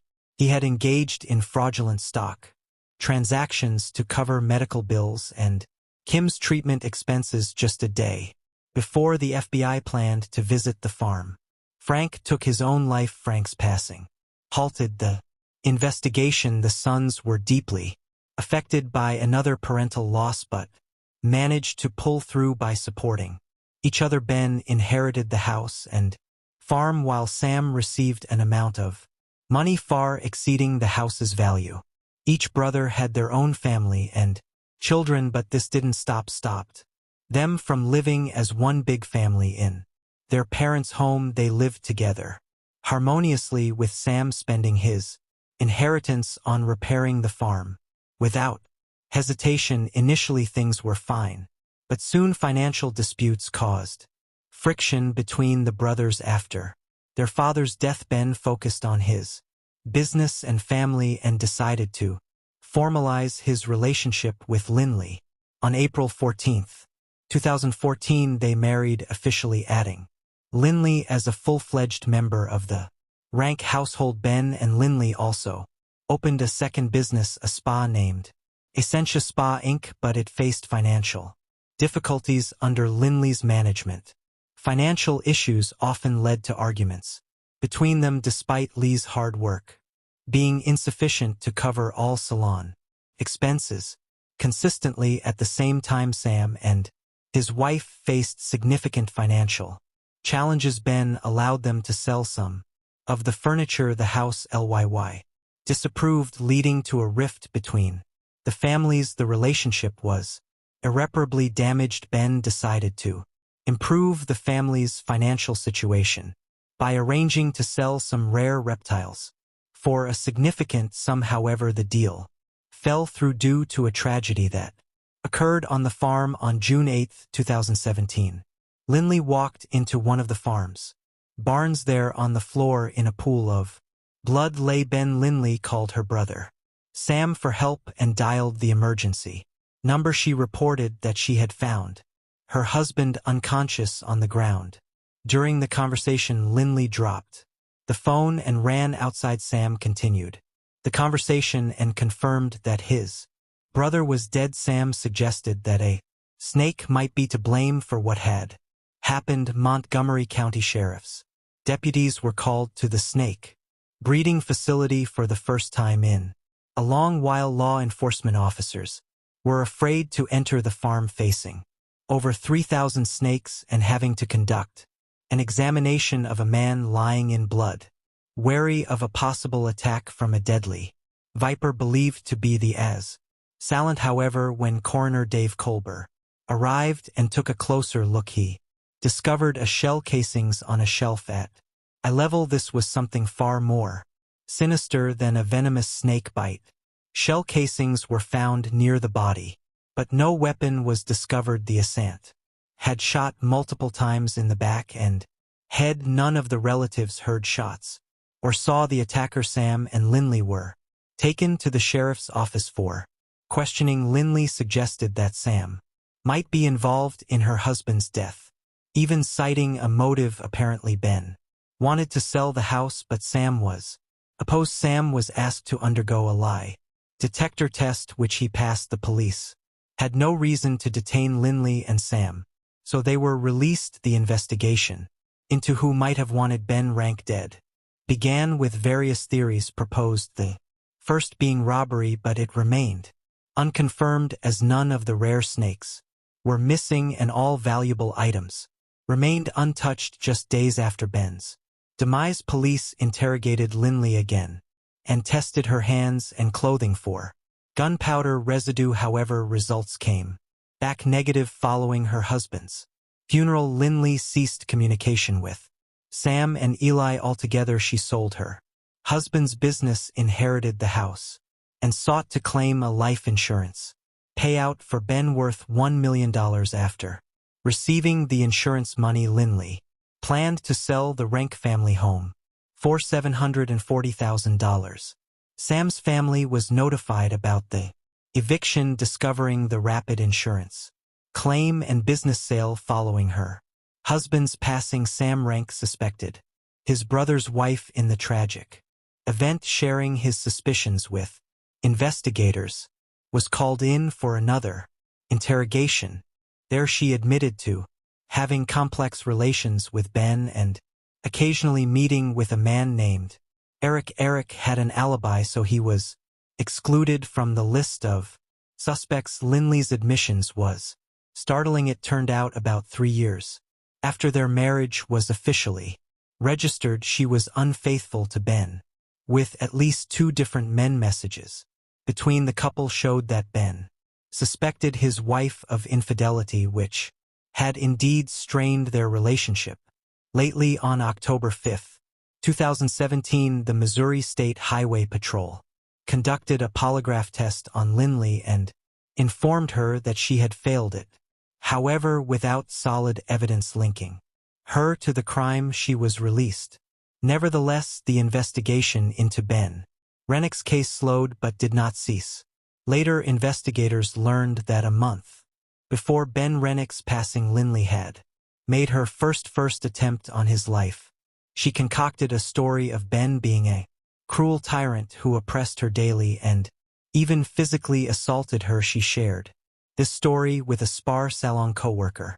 To garner support and assistance, they plotted to end Ben's life by giving him a poisonous protein shake laced with 15 Percocet pills.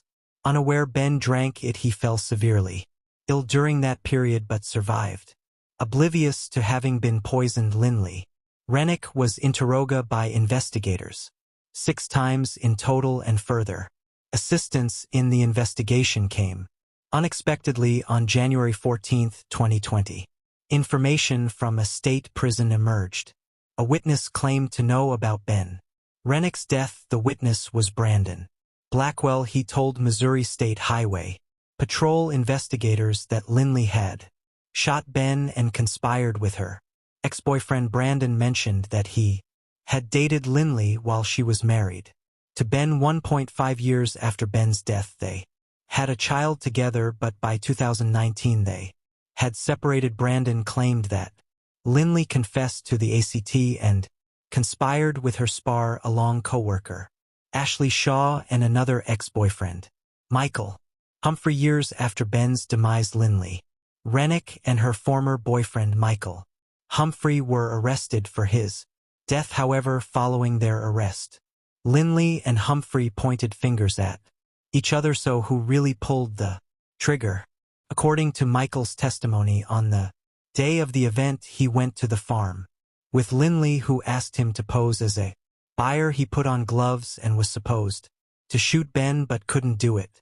Eventually, Lindley took the gun and shot her husband herself. The investigation into Ben Rennick's death continued for 3 long years. On January 16, 2020, arrest warrants were issued for Lindley Rennick, Michael Humphrey, and Ashley Shaw. Ashley was offered IM in exchange for her cooperation and testified against her boss. The former spa salon employee shared that Lily had complained about her husband and convinced her to assist in a plan. She claimed that Ben was constantly belittling, demeaning, and even physically harming her, fearing divorce would lead to Ben gaining custody of her children. Lindley decided to eliminate him, planning together to poison him with a lethal cocktail. During questioning, Lindley and Michael accused each other of Ben's demise. In October 2021, Michael Humphrey faced trial in a county. His lawyers hoped that revealing the murder weapon would lead to a second-degree murder charge. Despite possessing the gun, no conclusive DNA evidence was found on it. To lessen his sentence, Michael Humphrey made a deal with the prosecution by disclosing the location of the murder weapon. His cooperation led to a life sentence on a severe charge of second-degree murder without defense. At the trial on January 3, 2021, Michael Humphrey was sentenced to life imprisonment with the possibility of parole. The against Lynley Rennick began on December 6, 2021. She was charged with the shooting and demise of Ben Rennick on June 8, 2017 at his snake breeding facility in New Florence. Court documents stated that the plot to end Ben Rennick's life originated in Lynley's spa salon. The probable cause statement mentioned that Ben was aware of Lynley's financial troubles and that Lynley feared Ben could take her children away. This led her to fabricate a story of domestic abuse. The first attempt to end Ben Rennick involved a protein shake laced with narcotics. Search warrants for Ben and Lynley Rennick's Facebook accounts confirmed the protein shake story and Ben's awareness of Lynley's financial issues. The court hearing detailed the events of the day when Ben Rennick was killed, fully reconstructing the sequence of events. Through cross-examination on the day of the incident, Michael Humphrey picked up Lynley from the spa salon while Shaw sent text messages from Lynley's phone inside the spa to conceal their true location and mislead the investigation. According to court documents, Humphrey intended to end Ben's life but asked Lynley to do it after firing shots. Humph collected most of the casings but missed some. In his haste, he also disposed of Lynley's clothing after returning to the spa where Lynley took a shower, which helped avoid detection of gunpowder residue on her hands and clothes. Defense attorney Catherine Barr asked Lynley Rennick to share her personal and family history, education, relationship with ex-boyfriend Michael Ray, work history, and the lead-up to her marriage with Ben Rennick. This was aimed at portraying her as a victim of domestic violence. However, no evidence of such violence was found. Undermining this defense narrative, Michael Humphrey was part of a group that allegedly planned to end Ben Rennick's life. Lynley Rennick described her relationship with Humphrey as codependent, involving his drug dealing and her addiction. She ended her relationship with Humphrey at the end of 2010, according to previous witness statements, but reconnected with him about a month before Ben Rennick's death. Lynley Rennick firmly denied the prosecution's allegations regarding the alleged plans to end Ben Rennick's life. This included the supposed failed attempt to poison Ben with a protein shake containing narcotics. The couple faced financial and marital difficulties. The spa center wasn't doing well and contractual deals for selling snakes had yet to provide financial benefits. In court, Lynley committed to having extramarital relationships with several men, expressing deep regret for her actions. By the time she considered discussing divorce, she was unsure who to turn to, given her father's history with divorce and his strong views on both divorce and affairs, seeking someone to support her. In her conversation with Ben, she reached out to past boyfriends and reconnected with Michael Humphrey. During cross-examination by the prosecution, Lynley confessed to willing participating in her husband's death and intentionally concealing Michael Humphrey's involvement. She cited marital difficulties, including disputes, alleged physical and sexual abuse by Ben, and the stress associated with his snake breeding business. Lynley feared Ben and worried about his reaction whenever she brought up the topic of divorce. On June 8, 2017, she brought Michael Humphrey to the farm that day. She claimed her presence at the farm mom was not meant to end her husband's life but rather to discuss a divorce. Lynley mentioned taking out some trash from Ben before entering the nursery, where she saw Humphrey and Ben washing their hands. Lynley described being unable to hear their conversation as she was preoccupied with how she would tell Ben she wanted a divorce. Her voice trembled while recounting seeing Humphrey draw a pistol and shoot her husband. She heard more shots. Reality hit hard when Lindley returned to the snake breeding facility and found Ben's body. She called Ben's brother Sam, who arrived soon after. They checked for a pulse and whether Ben was breathing, hoping he might still be alive. Lindley expressed regret for not immediately informing police that she had been at the breeding facility earlier with Michael Humphrey. The life insurance policy that Ben had taken out years earlier could have resulted in a payout of $1 million.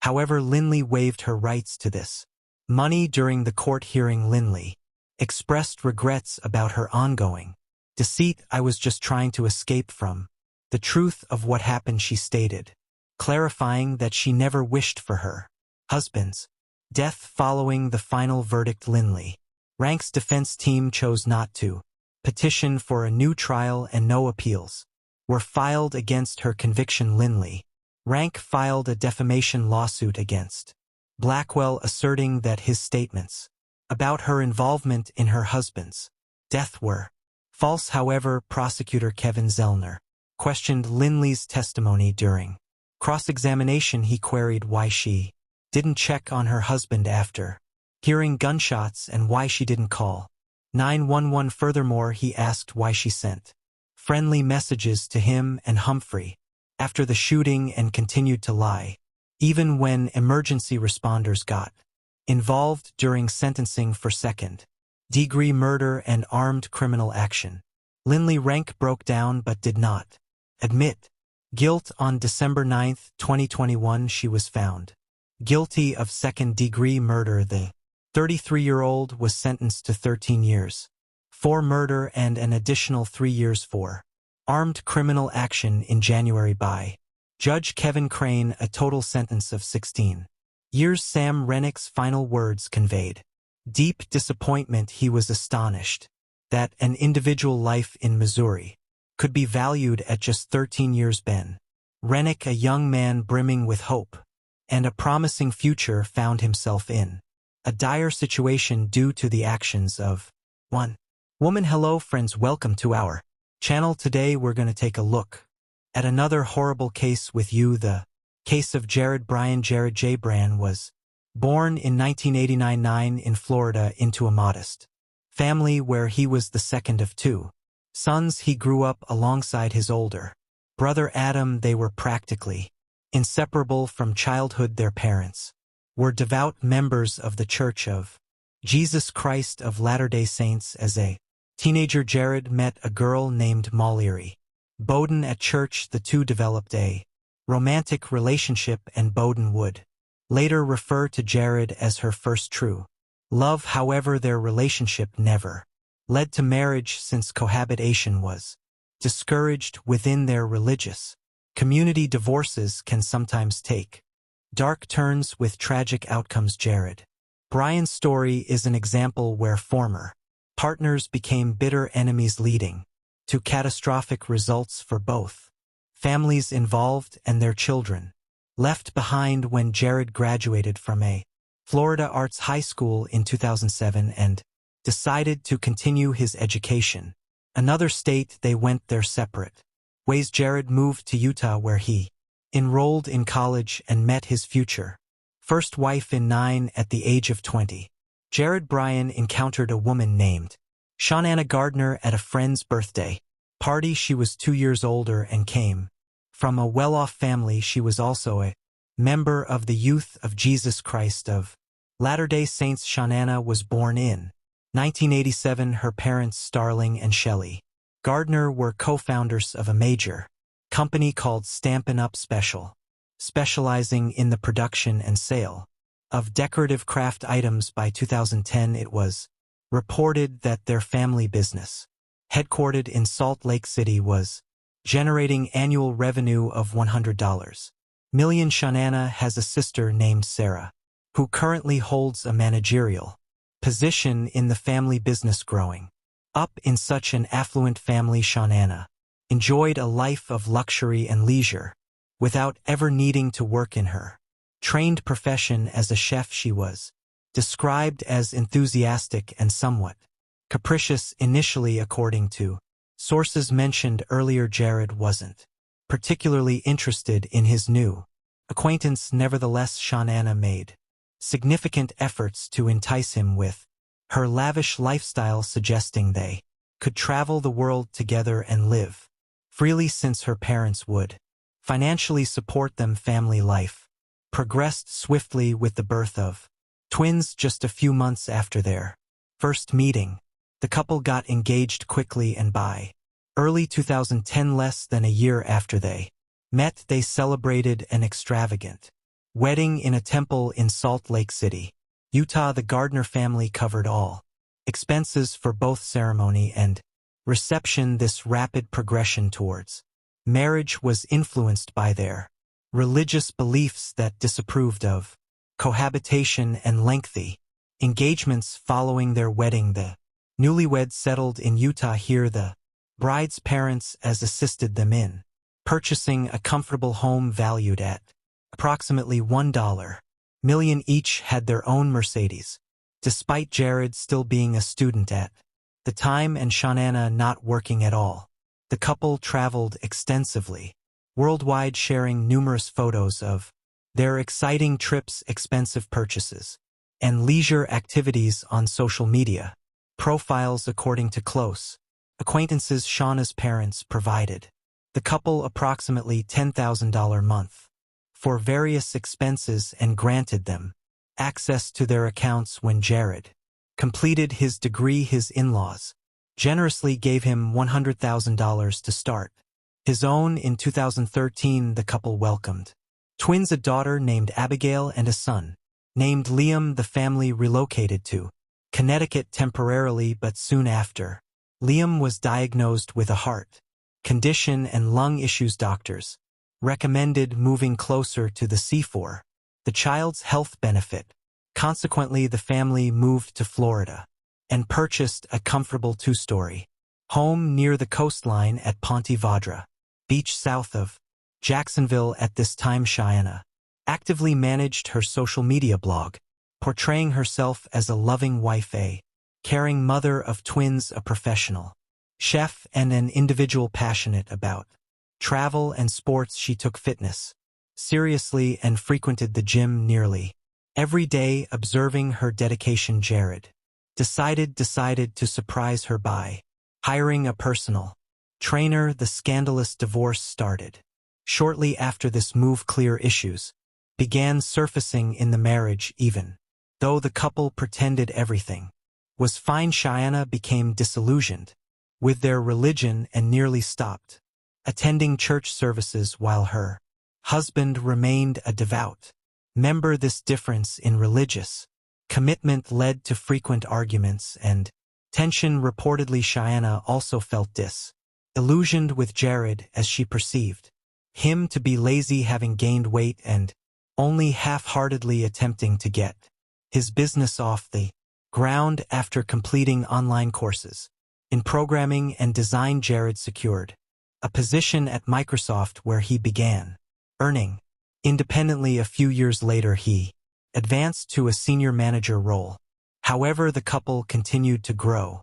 Increasingly distant arguments became routine in their household. The situation worsened when Jared accidentally discovered intimate exchanges between his wife and her personal fitness trainer. According to several sources, Shanana allegedly had an affair